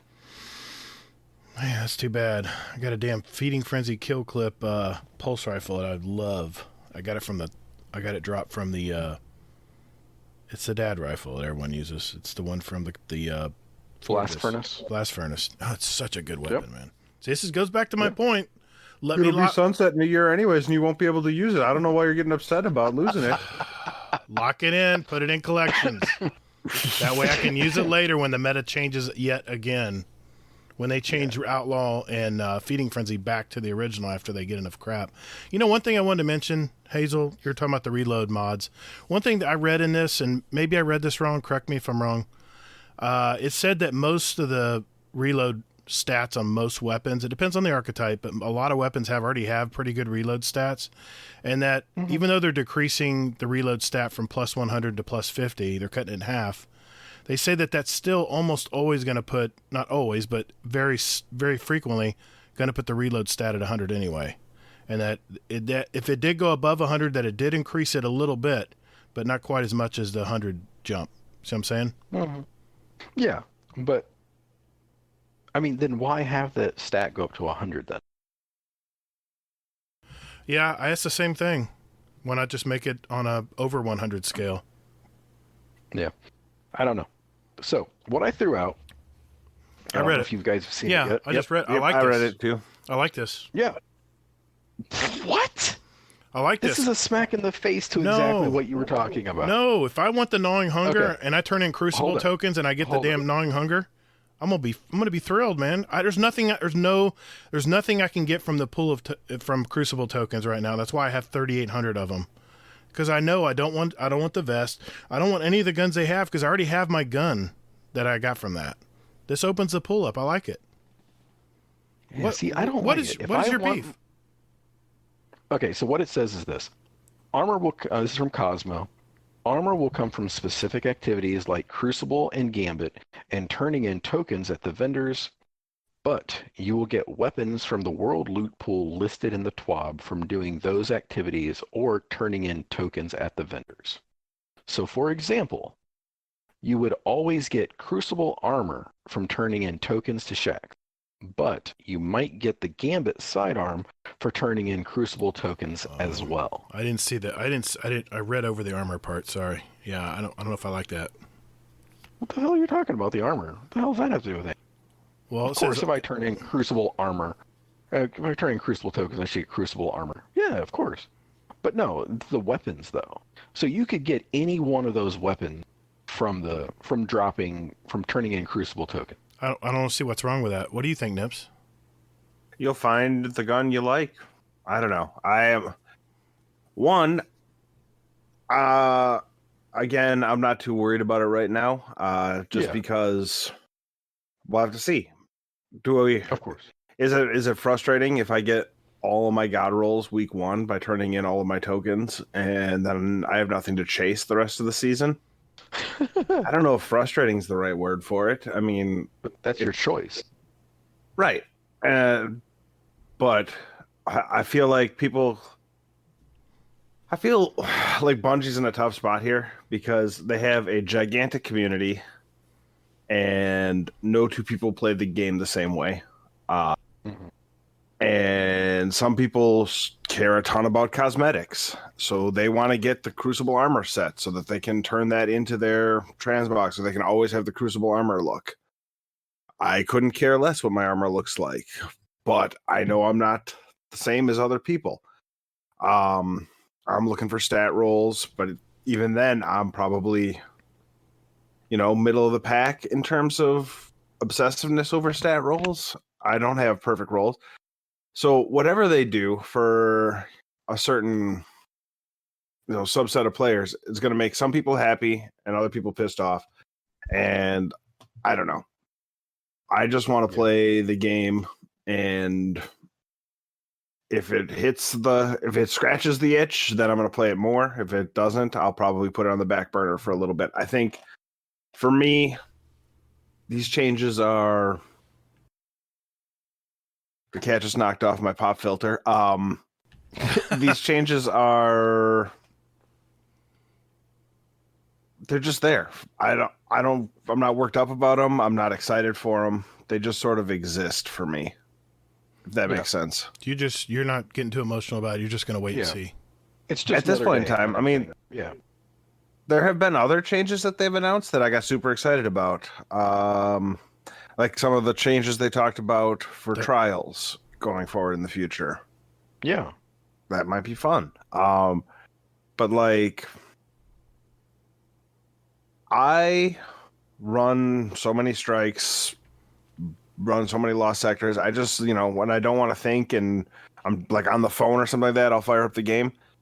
My finger is basically glued to the delete button while I'm playing anyways. So I don't see anything in this TWAB that's going to change my deleting 97% of the stuff I get anyways. Yeah. Well, like you said, everybody has it. I agree that Bungie has to satisfy a lot of different people. And let's face it, I can count on one hand how many 5-year games are out there that people still play in great numbers. So, maybe two hands. But anyway, there's a very few games that last this long. I mean, Division. But this isn't the same game, though.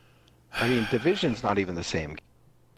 I mean, if you compare this to Vanilla, it's not the same. Okay, let's talk about a looter shooter then. Let's talk about Borderlands. You don't hear anything about Borderlands today, do you? Well, no, you don't. Borderlands 3 has a new DLC coming out in a couple of weeks. But that's all we have to look for. I mean, it's not... I don't know. The thing I hate about Borderlands, I'm not getting off topic here, I swear, is I'll find something really cool that shoots sound waves. I'm like, this is awesome. And it's not strong enough now. Like two missions later, and I have to just discard it and hope that I get something similar to it later. So that's what I love about Destiny is you can grab anything. Let's go in the Crucible. Let's see what this gun can do.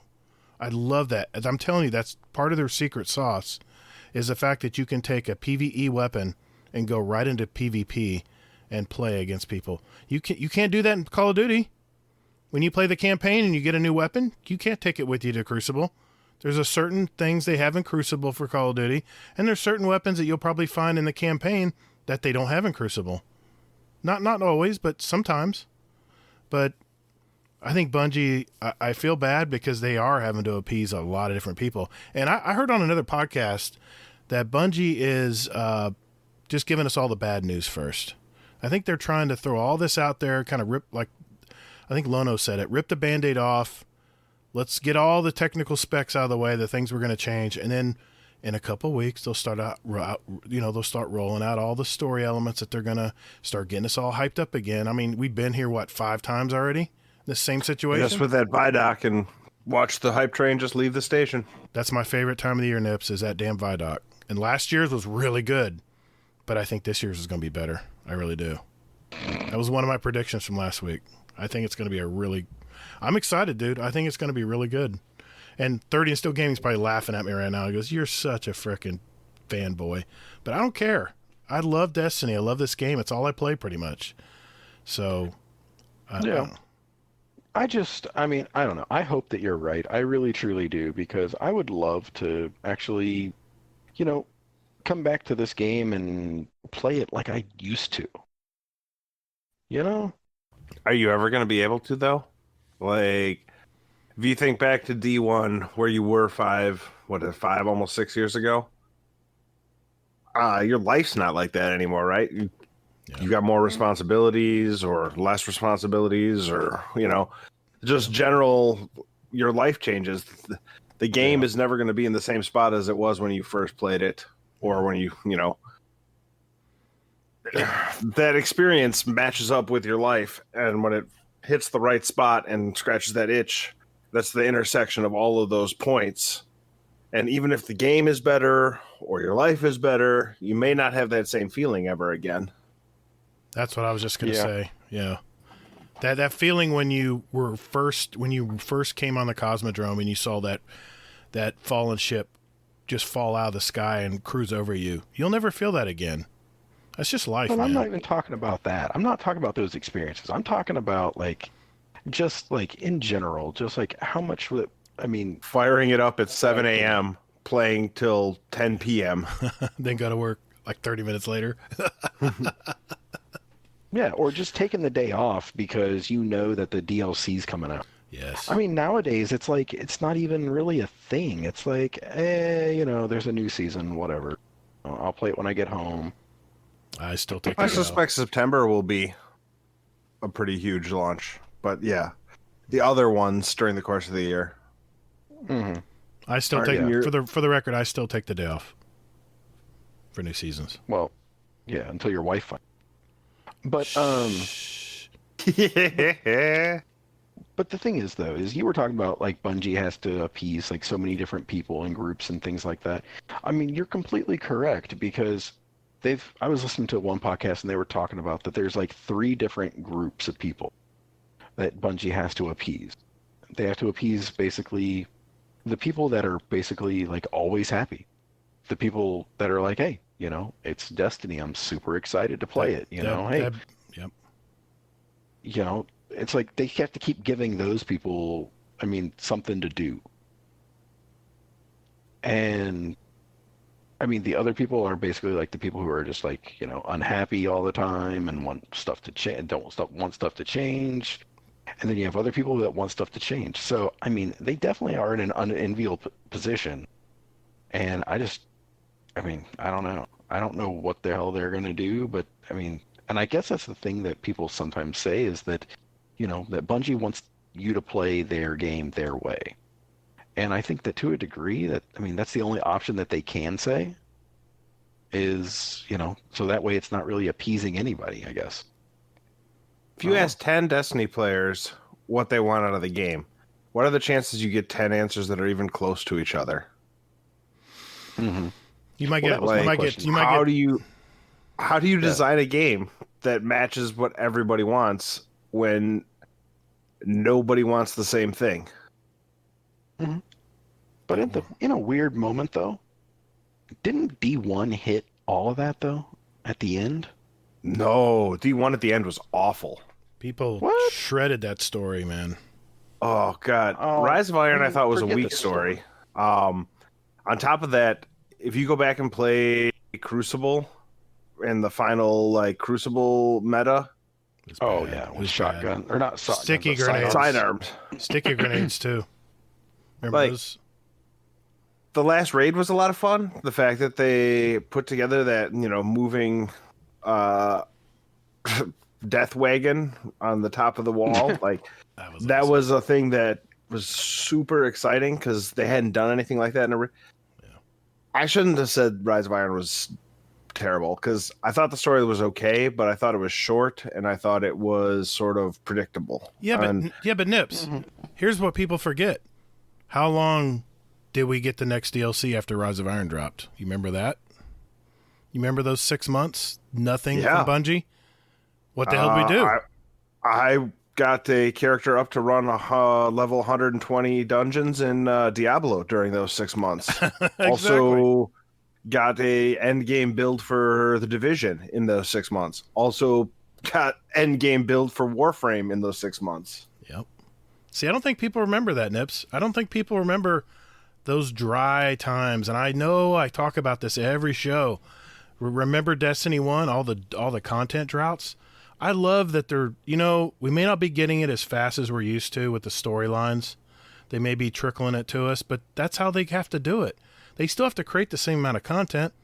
But they're just trying to stretch it out. They're always keeping us interested in something that's coming up. And I applaud them for that. And see, I don't know. I appreciate that they're doing it this way in some ways. Like, drip content is fine for me. I realize it's not fine for some other people. And there's a level of frustration that can come from that for them. And I kind of feel bad for them that way. Because, again, there were those nights at 4 a.m. when the DLC was going to release for Destiny that we were all sitting in a party just waiting for Destiny to finish updating. Oh, yeah. And those days are done. I don't know. It's just, I don't think there's a right answer for it. And because I don't think there's a right answer, and what do I know, right? I'm not in the game dev world. But because I don't think there's a right answer, I can't get bent out of shape for how they're doing it. They're doing it the way that they think they need to do it for their company. Exactly. I still enjoy the game. I'm not going to get bent out of shape about the little things. And the things that bother me, I either just don't do or, I play a different game. Yeah. Well, I mean, I can see that. They're making a lot of neat changes to some of these gun perks. Dynamic sway reduction, the fact that they're adding 10 stability. I got an auto rifle today that had no. I got the latest. Oh shit! I'm gonna get roasted. I got the latest. Is it a Seraph weapon? Yes. Did you get yourself a Seraph weapon that's gonna be good? I might have gotten the machine gun, and it had. We're at 79%, ladies and gentlemen. And it had dynamic sway reduction on it, and I said, you know what? I think I'm gonna hang on to this one. Oh, shit. I give up. See, I remember everything. Mm-hmm. That's the fun part about being... So... right. So, yes, as you said, yes, there are going to be some buffs done. There are going to be some nerfs as well. Like I stated, all of the... here we go... Pretty much they're fixing, well, not really fixing, they're breaking reload, nerfing it, like you said, though, that we're still, it's going to be, like, not very noticeable, but it's going to still lessen the amount of damage we're going to be able to put out. It'll probably be more noticeable on those archetypes that have really, really slow, like those hand cannons that really have slow reloads. You're probably going to notice it there, probably. Yep. But Rapid Hit is going to be impacted, Feeding Frenzy, Outlaw, Drop Mag, which I don't really know anybody that even used Drop Mag besides me. I do. I fucking loved Drop Mag. On a hand cannon, Drop Mag is a beast. Yeah, exactly. Field Prep is unchanged for the most part there. Alloy Mag will be unchanged as well. So, good stuff there. Mm-hmm. All right. And then what they're doing also is, this one made me excited to a degree and a little pissed off at the same time. But additionally, they're fixing an issue where, like, slideways, slide shot, subsistence, overflow, things like that weren't really proccing correctly for pulse rifles, fusion rifles, and burst sidearms. So didn't even know that. Yeah, so they're fixing that. Yeah, I know. And I deleted a pulse rifle that had subsistence on it, and I think Rampage. I did because it was just not working. Slide shot, I didn't see much, or slide ways, I didn't see much difference there either. Yeah. Yep. So general perk retuning, dynamic sway reduction, like you guys said, adds 10 stability. And then also what they're doing is they reduce the reticle movement from stability. So now you should be able to tell that it's working. I can't wait, dude. I can't wait to see what adding stability and accuracy. That's going to be a god roll weapon right there. Guarantee you. At least for a season. We'll see. Yeah. And it's going to be like season of the SMG, I think. Oh. So Pulse Monitor is getting a buff. Actually, a couple buffs. Gonna be pretty decent. I love their little quips in here. So take critical damage and you can quickly switch to your now fully loaded shotgun. So Reload amount from 0.35 to 1.0, plus 50 handling, 5% faster swap speed, and then this works on stowed weapons too. Okay. So, I like this. Yeah, I love this next one. this next one is bullshit. No, I love it. Hipfire grip. Bungie is still trying to make people use hipfire grip. It's still probably not going to work. Because you know why? Aiming down the sights is pretty much the best thing you can do. I agree, but So- think of all those Halo players that all they did was aim from the hip. Because you didn't have a choice. Yeah, exactly. But the problem I had with hipfire grip is the range sucked. The range was terrible. So they're bringing it up closer to ADS ranges. I love it. I'm gonna at least try it. Yeah, of course. So yeah, I saw Drewski Yep. was real excited about that too. I'm telling you, it might be something good. Now they're not putting it on sniper rifles. I wanted to Right. mention that. A real good decision there. I think Drewski would be owning people then, even more than he does now. That's hilarious. All right, so yeah, so plus 15 to aim assist on hipfire grip, and then some other buffs to that as well. Now for the one that everybody's been waiting for and everyone asked for, sneak bow is getting a buff, and pretty much what happens is it's going to make you not ping on the radar when you fire your shot When when you're shooting. crouching. Right. Yep. I like Exactly. it. I can't wait to try it. Got several bows with it. How about you, Nips? You got any bows in your vault that have sneak bow? Nope. I have one bow on a One character. of your 13. I'm sorry, I had to rub that in. Is it the hush? And nope, I have two bows. I've got the raid bow and the point of the stag. Okay. The Iron Banner one, yeah. Yep. Nice. And if I need to, I can pull a Lay Monarch from collections. There you go. That's right. There you go. All right. So that being said, what they're going to do is they're going to release some new perks as well. Two of them that they named, they don't tell us what they're going to do, but for Iron Banner, they're going to reprise 2 weapons, and they're going to give them some new perks. So one of the perks could be Iron Grip, which we don't know what that is, and then the other is Iron Gaze. I hope I'm right on this. I'm guessing Iron Gaze is going to be radar on all the time while aiming down the sights. That's my guess. What do you guys think? Iron Gaze. Yeah. Sounds pretty good. I missed Third They Eye. already have that as a mod. No, they don't. Yeah. Yeah, they do. No, they don't. Trust Yes, me. they do. It was my favorite. The artifact of Galeon in Rise of Iron was I had that on everything. Now, if you have a Third Eye mask on your hunter, you can aim down the sight with your radar still up. But no, they don't have a perk for that. They don't. You're I looking thought at the perk was enhanced radar. So Yeah. it gives you like the lets you like you have what the hell is the Night Stalker perk with it on the gun. well, the radar would appear quickly, faster when you came out of radar ADS. tuner. But it yeah. never would have Third Eye. I really hope if I'm telling you, if Iron Gaze is that, I'll have it on every weapon that I can put it on. It's not going to. It's just not going to happen. That can't be. Why, Hazel? Why do you have to always put me down, man? Come on, give me my damn so Iron Gaze. Give me my hopeful. Iron Gaze, man. I want my Third Eye perk back. You're so GAZE, right? Yes. Yes. Yes. GAZE. Thank you for the correction there, Mips. No, not a correction, just a clarification. Correction? How did you mean it? This is so getting edited. I guarantee you. Wait a minute, hold on. 34 minute mark. I'm editing this shit out. 34 minutes. Got it. We'll always know. Son of a We'll always know. You guys will.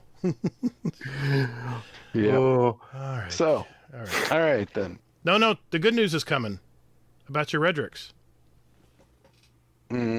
Anyway. So Upcoming archetype buffs. Now, God bless Bungie. You know, their heart is in the right place to a degree. They're buffing slug shotguns because they're underused in PvE because it's not fucking worth it. Who uses a slug shotgun? Who uses one of those in PvE? I don't. I don't even use them in PvP. I barely use them in PvP. They're real good in PvP. Are they? Yeah, they are really good. I fucking played some comp games with Azanis and Wicked. Oh. And Wicked was just slaughtering people with a slug shotgun. I don't remember exactly what it was, but he was just like aping people. And I'm like, oh my god! You can be real. The skill level needed to run it well is pretty high, but if you put in the time to get good with a slug shotgun, you outrange all other shotguns. But of course, if you don't hit a headshot, you die. So you have to get good at doing that. I remember Marky Mark flew above me, shot me right in the head with his Titan, and when we were doing Crucible League, and I was like, "What?" And he was using a slug shotgun. Yeah, I agree. The skill ceiling is high, and I get set in my ways. I probably need to pull all this stuff out again and try it. It's probably really rewarding. That sounds funky. You got to feel the vibration. I see the booze is kicking in now. Good deal. A little bit, yeah. Also, I'm a sucker for Marky Mark and the Funky Bunch. What do you want from me? Okay. All right. I didn't even get that. I didn't get that reference until now. Shit. Another editing. What are we at? What are we at here? 36:25. No, I'll leave that in. All right. So, high impact pulse rifles are underused in Crucible because they are shitty too. All right. So, they are getting a buff. So, it's going to be per bullet from 21 to 22.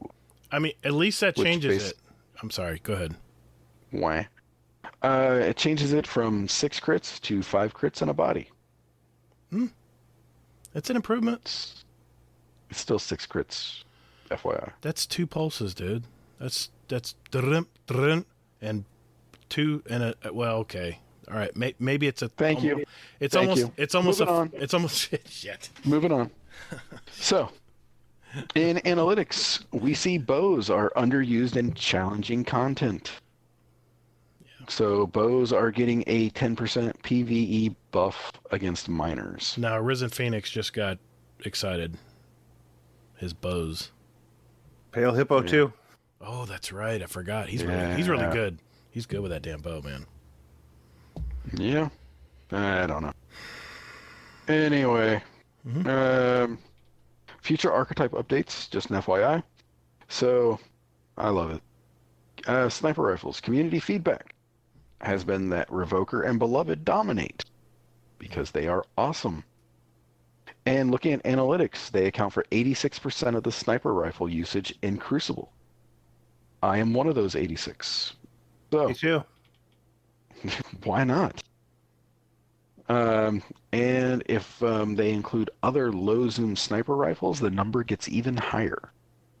So what they're looking at is basically the ease of use when it comes to zoom. So God knows what they're going to do with that, but I don't know. I think the reason why people use low zoom, though, is quite frankly that the maps are small AF. So, yeah. I think they need to have even shorter zoom scopes. Like, remember that little red dot scope they used to put on the sniper rifles? I miss that, man. I can't remember the name of it, but it was like a solid panel with a red dot in it. And I got so good at using the sniper rifle with that ultra short scope. It was so fun to use. No land or leave. I'm waiting for that shit to come Iron back. sights. I love that gun so much. It was like my favorite gun to use in Destiny 1. I tried it. I couldn't get the reload animation down with that little glitch you could do. Oh, yeah, that was great too. Yeah. I don't know. I miss it. Don't worry. I hope they bring that back before Galahorn. They will. It'll come back. Don't worry. Yeah. Maybe. I don't know. It was problematic too. Like, I loved the gun, but it was not without its flaws. It was so satisfying to use, though. Yeah. All right. High skill setting again. Yeah. Oh, yeah. For sure. Hand You had to put in the time. Yep. Uh-huh. Yep. I definitely did in D1. They're evaluating hand cannon subfamilies, i.e. aggressive hand cannons, to fine-tune the range. So that's a good thing there. Probably adaptive auto rifles are going to get a little bit of a nerf, just so other auto rifle subfamilies will get a chance to shine. All right. And that is, for the most part, it. I know Gator wanted to mention this part about items leaving at the end of the season, because he loves this so much. It warms his heart, he said. I did. Access to the Seraph bunkers on the EDZ, the Moon, and IO. 80% of the guns are garbage anyways. They are. 79%. 79%. You know, dynamic sway reduction. So, his 2,000 Warmind bits are going away. 1,700. Sorry, I did give you too much credit. The Fourth Horseman Exotic Quest is going away. The Lie is going away. Legendary Lost Sectors are leaving as well, and the Seasonal Artifact as well. No, So, it's not the lost sectors. It's like everything that we did didn't matter. So, Are you really upset about not being able to do Vex Offensive right now? Nope. What Vex offensive? That's what I'm saying. Ever. Mm-hmm. Yeah. Yeah. But I don't know. Well, next season they're going to leave that in, or next year they're going to start leaving those in. That's true. So you can do Vex Offensive, and you're going to be able to do the Sundial, and you're going to be able to do what the hell the other one. Seraph Whatever. Bunkers. Oh yeah, because those are so much fun. So yeah. But yeah, so that's everything with the TWAB. Good Any deal. thoughts? Well, I think we Not stretched it mentioned out before? I think we stretched it out pretty good. Nips, any final thoughts? Nope. I think I said my piece, Yeah. which was basically nothing, because I just don't have strong feelings. I bitched and moaned enough. I'm good. What about you, Hazel? Sure. I bitched a little bit. I'm good. Okay. I'll drink some more and bitch a little more later, mate. Well, drink up because it's Discord time, baby. We got Oh, God. Twitter and Discord questions coming up next, right after this.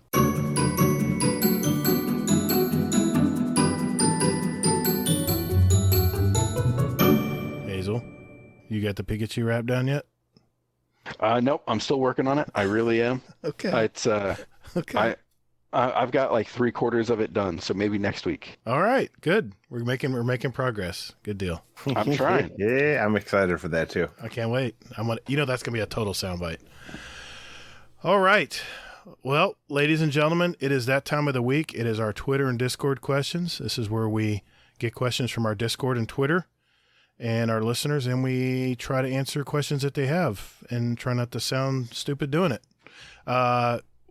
Hazel, why don't you start out, man? We got a few to this week. Why don't you pick one out there and see what we got? All right. So, first question of the night. I'm going to kind of go out of order here. Sure. Arisen Phoenix. When can we see Admiral's Nips? Ooh. He looks thrilled to answer this question.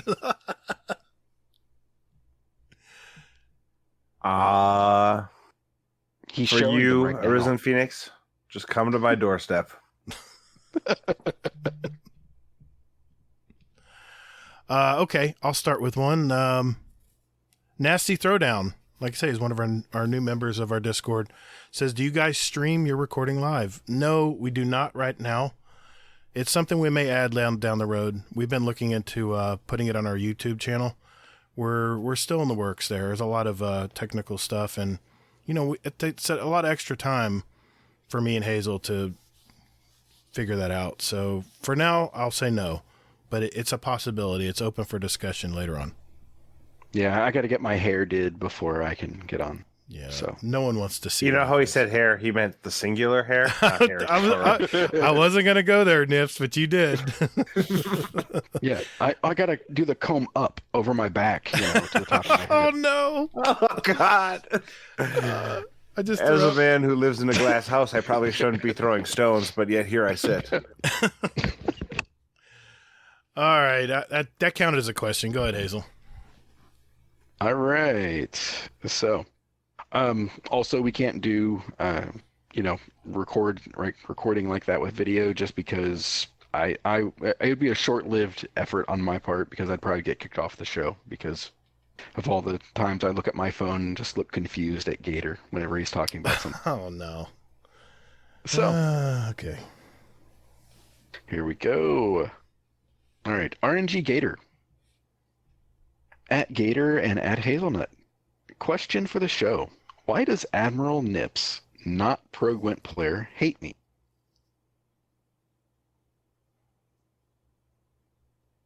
Yeah, guys, why do I hate RNG Gator? Where does he live? North Carolina? Yeah, so I would imagine it's probably has something to do with North Carolina. I think that's probably part of it. And Nips is he's such a cheerleader for most of the states in the nation right now. And I guess North Carolina is just not on that list. Sorry, RNG Gator. Sorry about that. I got a question from Boost KDV. Question for the show. Do you think Quest and Destiny 2 need to be explained better? Should a player need to reach out to YouTube or Google to figure out what to do next? Or should the game guide you in the right direction in a better way? Oh, he threw us a kiss. Nice. Thanks, Boost. Anybody got an answer for this? Throw it out there. For me, I'll defer to Nips. I would say I'm okay with the way it is. I do find myself going to Google a lot more often than I care to on quests, but mostly it's because I'm lazy and I don't want to try to figure it out myself. Like a lot of these puzzles and stuff like that would be kind of fun to try to figure out, but as we found out in the speedrun, I can't do a Rubik's Cube, so I ain't going to figure this shit out without spending a massive amount of time doing it, and I just don't. But I appreciate that other people like those puzzles, so I'm okay with them being hard. The quests seem more cryptic than ever. I mean, there's a little bit of lore that they put into a lot of the quests now where you have to try to figure out what they're asking for. And I got to admit, I've had to go to YouTube a couple times to figure some stuff out. I don't know. I know on the loading screen when you're flying in, they have improved for newer players. They've had little information banners that keep flashing every few seconds. I think that was great to put in. I know my son would jump in and go, "What are we doing, Dad?" I'm like, "Well, we're going to go do some Gambit." He goes, "What's Gambit?" I'm like, well, you see, son, just shoot shit, don't die. So, you know what I mean? You try to, and I had a buddy last night, Guns of Paradise, a buddy of mine from long ago. He played Destiny 1, but Destiny 2, he fell off, and he was asking me, "Oh, you got a new game mode called Gambit now, huh?" I was saying we're playing Gambit. He goes, "What's that?" I'm like, "Oh, shit." Well, it's, it's hard to bring people up to speed. So I think they need to work on that. I think they need to work on some kind of automated hand holding, at least at first, for people who are coming back. I mean, they mentioned that they're trying to make more stuff available for when people decide to come back and play, right? So maybe have some kind of clarification on what to do first, maybe. No, I think they're branching out for customers, for people that are new to the game. Well, that too. But they also mentioned in previous TWABs that when people take breaks and they come back, there's stuff to do from previous seasons. That's why they're going to keep a lot of the stuff like Sundial. Right, but that's not. But that's not saying that they're going to explain what the hell it is. No, that's what I'm saying. I said since they're doing that, they might want to have some direction on what to do first, because that's the problem. You look at this, you look at this quest screen, you're like, even though they organized it, you know, and they chopped it up even into finer little pieces, you still have to wonder, what do I do next? You know, what do I want to work on? And unless you've been in the game and played it a lot, I mean, we all three here play a ton of Destiny, and I'm sure there's times we scratch our head and go, now what was that quest for again? You know? So anyway, that's my. Have you guys gotten Xenophage? You know what? I'm Yeah. I'm on the last part where I have to go into the dungeon, and I heard there's a little glitch you can use to do it faster in the dungeon area. Mhm. There's some crack you fall down through. I might actually consider doing that because I still want to get that gun. But I just slowly work on it. I have mine. That quest, I definitely used YouTube and Google to figure out how to do the puzzles in the lost sectors. Oh yeah. Because they weren't necessarily super easy. But if I wasn't like speed rushing to get the Xenophage when I did, it would have been really fun to try to figure it out. We ended up finding one video where one of the solutions was wrong. So while my brother was telling me what to do, I was trying to fix it. And then I was like, this is actually kind of fun to try to figure this out. You recognize the pattern and you try to get it set up. So I guess for me, for these exotic quests and stuff like that, I'm okay with them being hard. On the days when I feel like trying to figure it out on my own, I can do that. And on the days that I don't, I can just fire it up on the internet. I gotta admit, Yeah. I just told you that glitch. I found that out on YouTube because I was stuck. I didn't know what to do next. Yeah. Well, it was funny you say that, Nips, because I was my daughter ended up throwing a grenade or something like that when I was on my last one. So I had to figure out how to get it back to reset, and then I was just like, oh fuck this, I'm just gonna try to figure it out. So I mean, I just sat there for maybe like 30 minutes, like shooting this and then shooting that and everything. So We gave up after 5 and just ran the lost sector again. That's funny. It's you, man. Oh yeah, it is me, isn't it? All right. So, next question here. Chubby Wizard, question for the show. What are your thoughts on the Lie Quest? I know Bungie made it easier and it was bugged, but other than that, I liked it. It reminded me of Devil's Ruin. It was a cool way to get some lore into the game, and it wasn't a super long grind. Agreed. I think that it was nice they made Seraph Towers easier because on my alt account, I'm at 980, I think. I'm right at the power cap where you can even participate. And I see these poor blueberries that wander in and go, oh, I'll help out, and just get stomped by a frickin' dreg. It's funny to watch.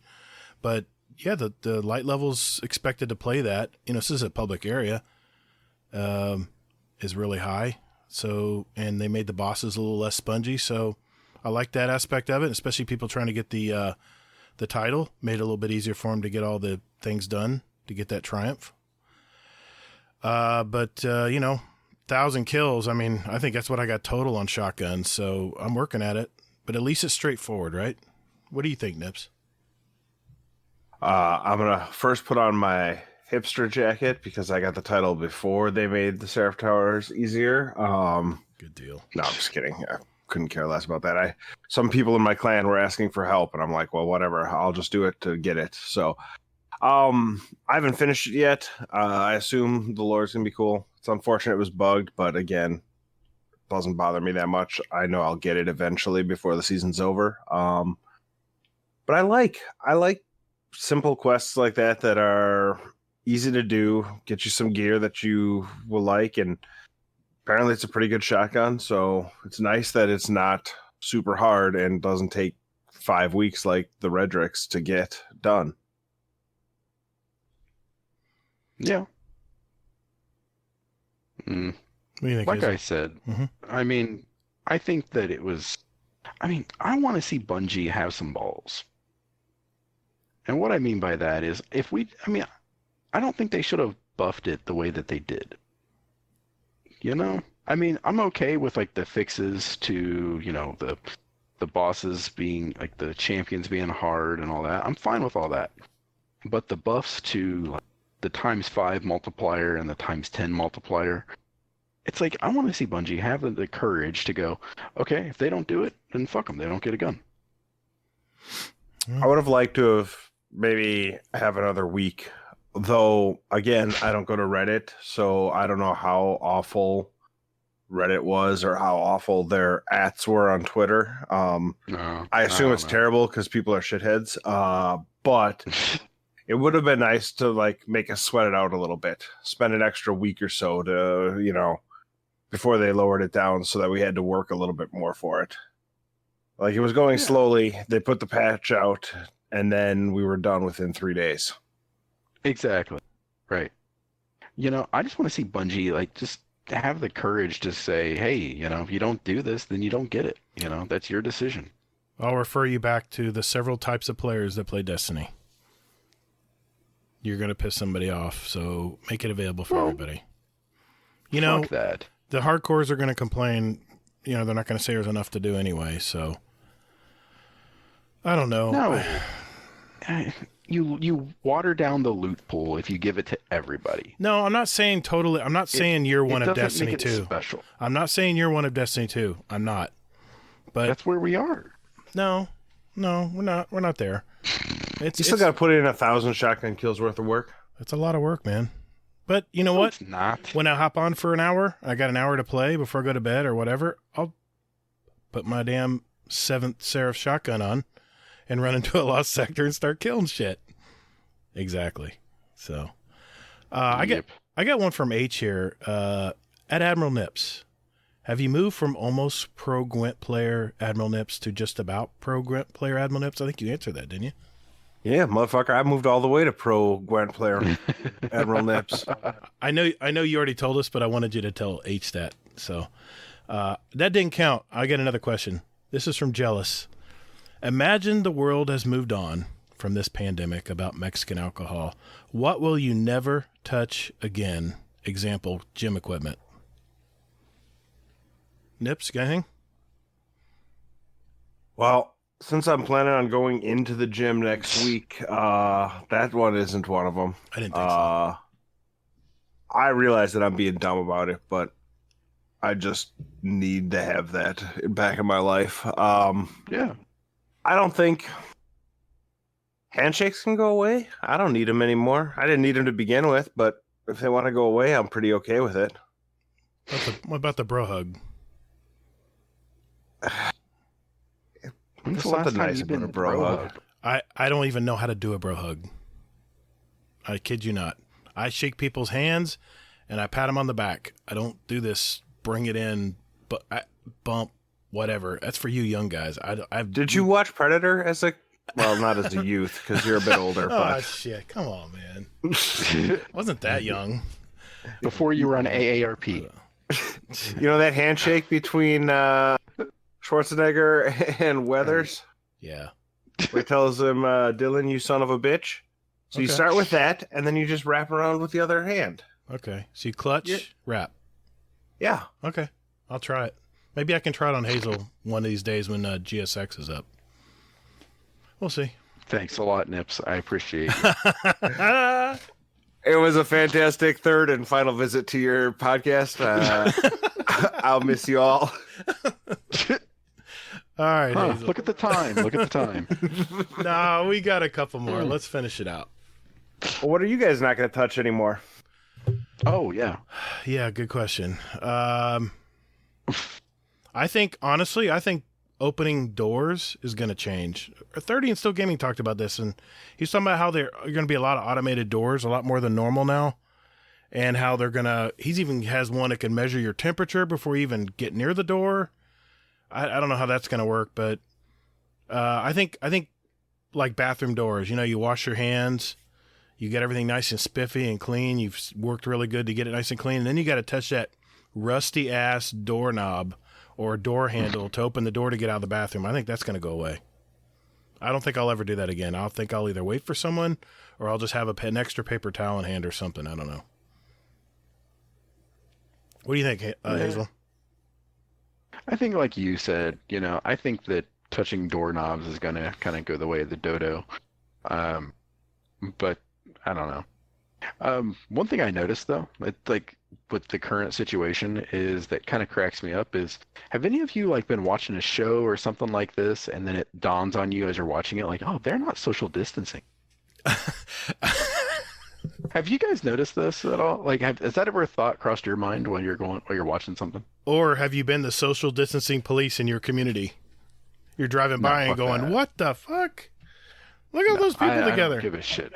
I don't give a shit about that. But no, it's funny to me because it hit me when I was watching a show. I don't know when. I was like, wow, it's like a lot of people together. I'm like, wow, you guys aren't social distancing. It was like, I forget what the show was, but yeah, it was just funny. All right, so yeah, I think doorknobs are going away. I think some things are going to change. That's for sure. I think payless, touchless pads for paying for stuff. I think it's going to be. Let's just say Apple Pay. That kind of where you just wave your card at something. I think that technology is going to speed into mainstream America a lot faster than they probably thought it would because of this. I don't think there's going to be touching keypads anymore to enter your code. I think it'll be pre-programmed in your phone or whatever you decide to use to add to that. We got 2 questions left here from TFB Truth Lives. Why don't you take one, Hazel, and I'll take the other. Your choice. All right. So, I'll go with this one. What do you think about the new pursuit weapon we are getting? In case you don't remember, they are removing the 3 ritual weapons and making it 1 pursuit weapon that you can earn in all 3 modes. Well, let's refer to our guest. I play all 3 modes pretty frequently, every week to try to get my pinnacle gear, and I just enjoy all 3 of them for whatever they are. So I'm not too worried about it. I think it'll be fun because I'm playing all 3 anyway, so I might as well get something for it. And it will prevent me from having to grind any one specific thing. Play how you want to play, in other words, right? Not have to grind a million strikes to get the the sidearm. Still don't have that weapon. So I don't want to do strikes. It's not that good. It looked cool, but I don't know. Also, I won't be able to go up to light level in a couple of seasons. There you go. What do you think, Hazel? I mean, I'm all right with it, I guess. It's just kind of one of those things. I'm like, I appreciate the play your own way kind of thing. But I just miss seeing 3 ritual weapons, Yeah.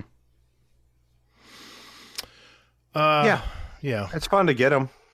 Like, it was fun to put the effort in, but it was also super stressful when you're like, oh shit, there's a week left in the season. Yeah. If I don't get this reset in Gambit, I'm not going to be able to get this gun until next season when I have to do a full reset again. I agree, but I really am going to miss not having the 3 weapons, even though I just bitched about the sidearm. I at least have that option. I think I think having pinnacle weapons was the greatest thing they could have added to Destiny. It keeps intentionality, keeps people logging in every day to work on something other than the general stuff. But I'm kind of lukewarm to it. I think I'm going to take Nips' stance here. I'm not going to react to this right now. I'm going to just see how it turns out. So. Yep. Maybe it matters how much of a grind they put behind it. Well, that's what I'm saying. Hopefully they'll make the grind. I don't know. Hopefully they'll make it a little easier because the weapon's not going to be good. But for 3 more on the flip seasons. side, if you could get it from any 3, maybe it needs to be a little bit harder so that you can. It takes more than like a day to get. Yes. For average players. No, I get that too. I see both sides of it. So. Everything Bungie does has to fall in the Goldilocks zone. I know it does, doesn't it? It's such a weird place for a developer. All right, final question of the night. This is also from Truth Lives. What made you choose the class you play in Destiny? I chose mine because when the first trailer for Destiny 1 came out, the hunter with his cloak and his hand cannon looked amazing, and I thought that was the weapon type only that you could use. Love the show. Keep up the amazing work, guys. Nips? Well, I run all three. And depending on the season, and actually it changes from season to season, it'll be, what my main is. So I have no responsibilities in real life, so I can run all three and not feel bad about it. But I think my first character ever was a hunter, and I want to say when they were like describing the classes when you first created it, it just seemed like I always make a rogue when I'm playing like an MMO or something like that. Mm-hmm. So it just seemed like the most roguish of the three. So that's what drew me to it. I've got the Cobb one drawing of my hunter on my wall upstairs, so I guess we'll call that my main. Very nice. Cool. Very cool, man. How about you, Hazel? So, well, when I first turned on Destiny, the beta, I went immediately to the hunter.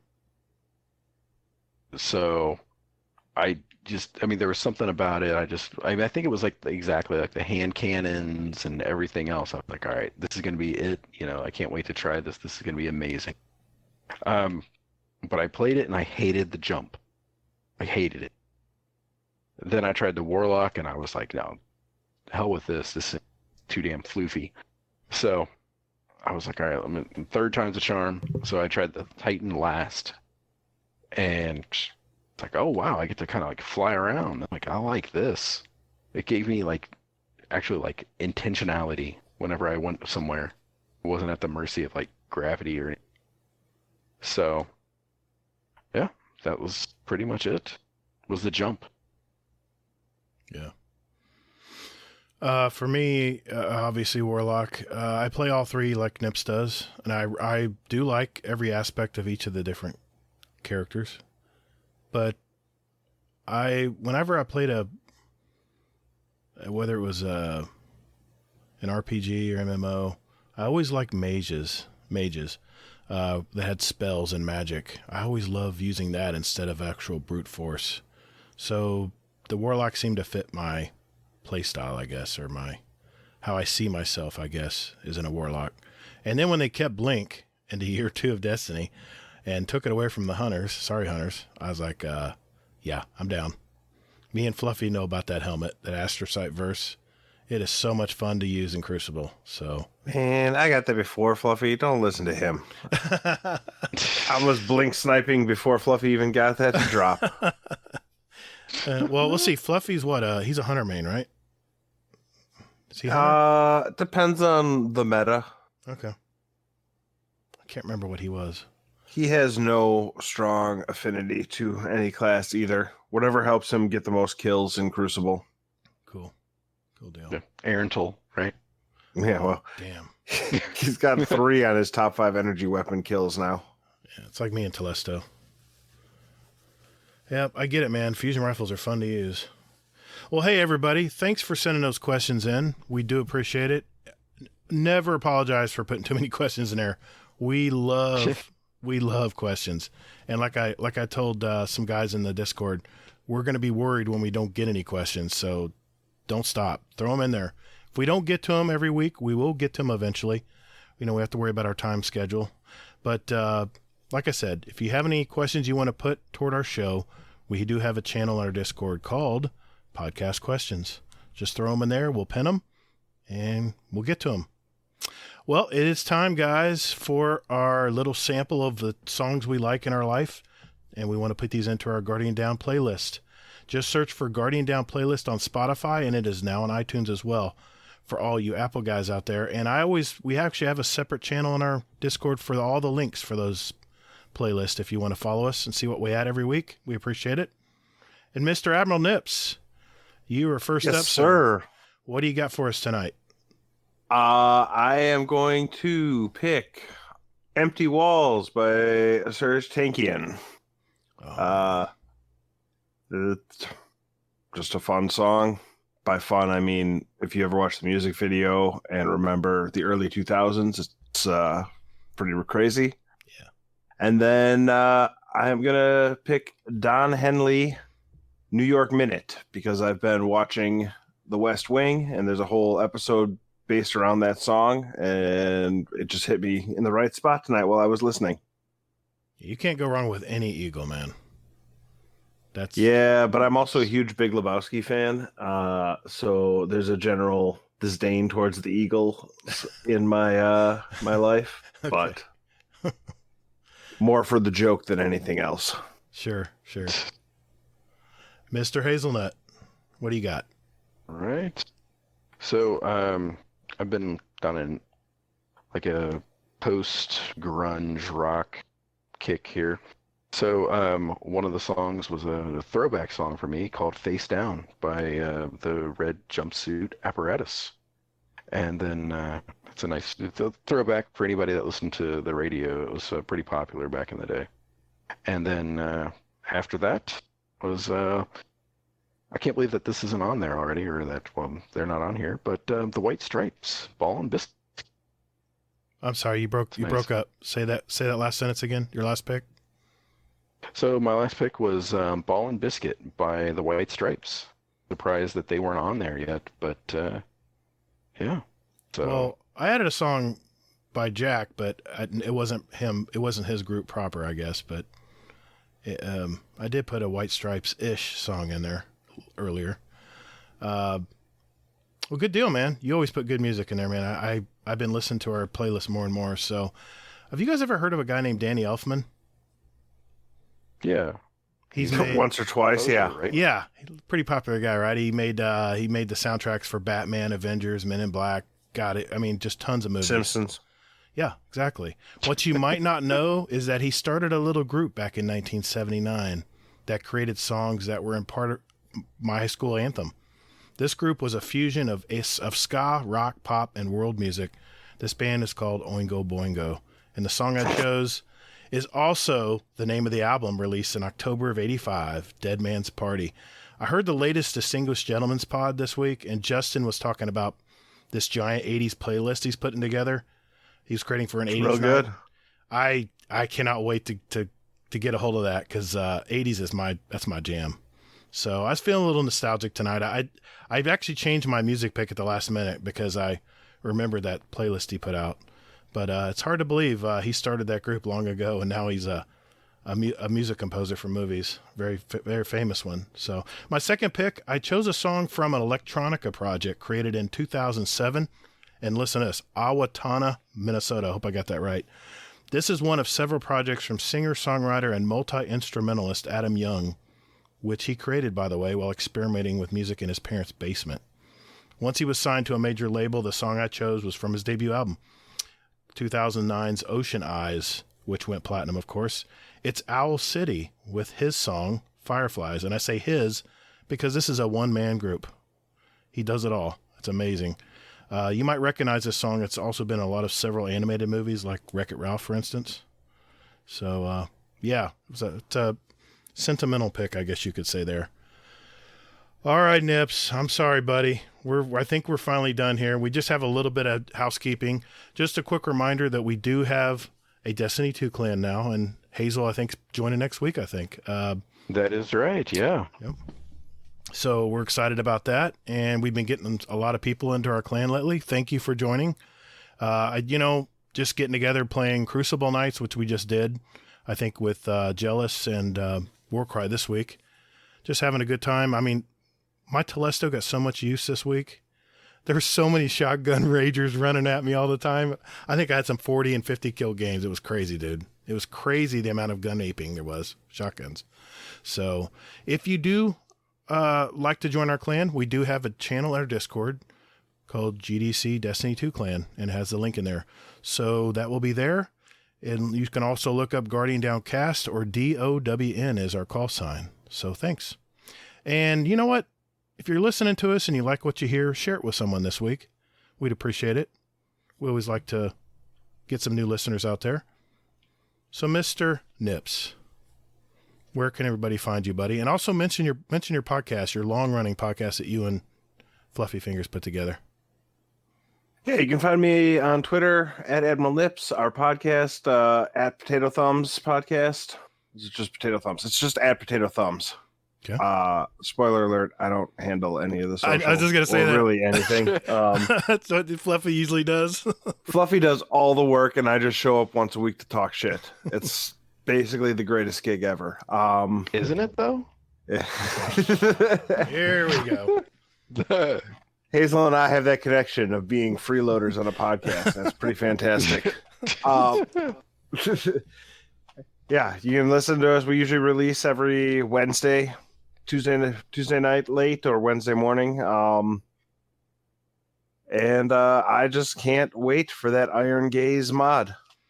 I can't wait either. Can't wait either, Nips. Can't wait. Can't wait. Those music episodes are on point, dude. I am just mesmerized by what you guys do with that. I know Fluffy. Next one's going to be June 9th. You know what the album's going to be? Can you give us an exclusive? No, because Ben hasn't told us what we need to listen to yet. So okay, all right. I tried. You know Hazel. the start of it though. It's going to be right. It's going to be the. Okay, there you go, fans. Don't tell him I said that. I got like a 20 tweet lesson and stat breakdown when I made fun of him last time about it. So I'll cut it out. No, you don't need to cut it out. Okay. In fact, I'm all for trolling Ben. Okay, gotcha. Mr. Hazel, where can people find you, sir? All right. Hazel NT, anywhere and mostly everywhere. Cool deal. You can find me on the Twitter at Todd the Gator. Remember, that's GATR. You can also find me on YouTube, Steam, and PS4. GATR, all caps, underscores in between, and GATR space GDC on Xbox. You can find our podcasts on iTunes, Spotify, Google Play, Podbean, Stitcher, Overcast. I mean, wherever you find a podcast, we're probably there. You can also email us at GuardianDownCast. Let's say it again. You can also email us at GuardianDownCast@gmail.com. And we're on Twitter at Guardian_D_cast for show questions or whatever you want to talk to us about. We have a bunch of great gamers in our Discord, including Mr. Nips here. Just search for Guardian Downcast, and I'll post a permanent link to invite you to our Discord and our show notes as well. And now, our life cannot be complete without our resident crazy uncle from across the pond. It's Scum Death's Corner. Hey, Lee, what's up this week, buddy? Hello, and welcome to Scum Death's Corner. Let's talk about toilet rolls. Why am I going through toilet rolls about one every couple of hours? You put them out in the morning, you go to work, there's 3 kids in this house, you come back, 4 toilet rolls have gone. What are they doing? They don't eat and drink that much. They're not shitting and pissing and wiping themselves that much. What are they doing? Are they wiping the dishes down? Are they washing the toilet down with it? Are they using it to polish their glasses? Are they, I don't know, wiping down the windows with it? No. What the fuck do they do with toilet rolls? I don't know if it's just my house, but bloody hell, one toilet roll seems to last about 2 hours maximum. I have no idea what's going on. I don't dare ask. So I'll leave it there. I love you all. Stay safe. All right, man. Appreciate you letting us know what's on your mind this week. So much fun. Thanks for having me. Yeah, man. We're so I've been giddy all week. I'm sorry, man. You just you're one of those guests that's just like hanging out, dude. It's just so easy. Makes things so easy to do. So basically, The only reason I do this is because it's fun to just sit and shoot the shit with people who are willing to shoot the shit back. Yeah, man. Also, Fluffy posted a picture in our group chat tonight for raid night. He's wearing his fancy going out dashiki. Really? Damn, sorry you missed that, dude. Oh no, I didn't miss it. In fact, I'm going to share the picture with you guys too, so please. you can see. Oh, I can't. I want to see it. I want to see it. My life is not complete without. Oh, let's see if this works. Is it sleeveless? Oh yeah. He might be a little bit drunk. More drunk than me. Oh my god, he is lit. He is lit. I've never seen his eyes that wide. Awesome. So, thank you for that. But it was a lot of fun tonight. Thank you guys for having me on. I hope I wasn't too boisterous. No, dude, you were just right. Awesome, man. Yeah. So everybody be safe out there. We still have to worry about wearing that mask in public. Keep your 6 feet apart. You know, all the usual stuff. And Shax, what was that? Guardians are measured by their ability to come back from defeat. So stand. Fight!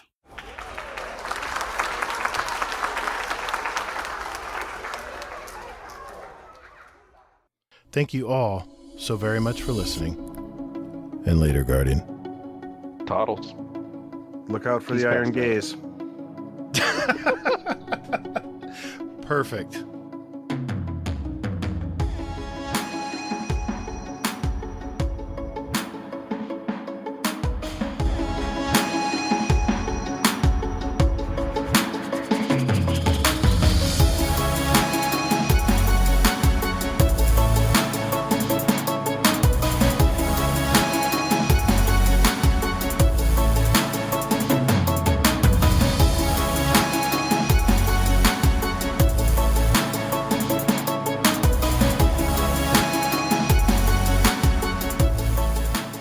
Oh, I don't know. I took my headset and plugged it into the computer and don't run it through the Yeti.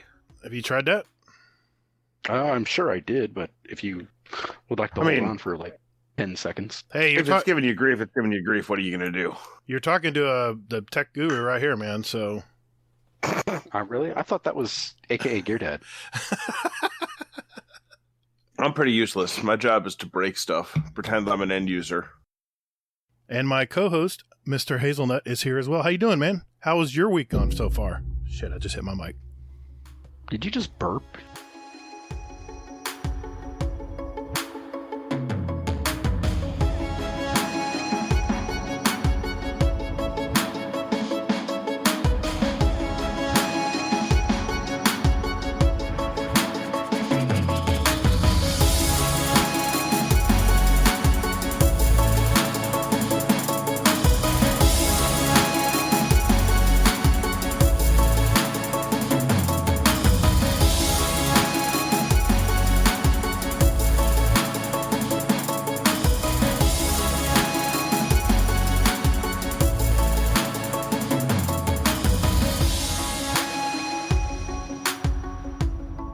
Hold on, let me take that last sentence. I'm your host. Give me a sec here. We haven't even gotten to the interview yet. All right, here we go. 3, 2, 1.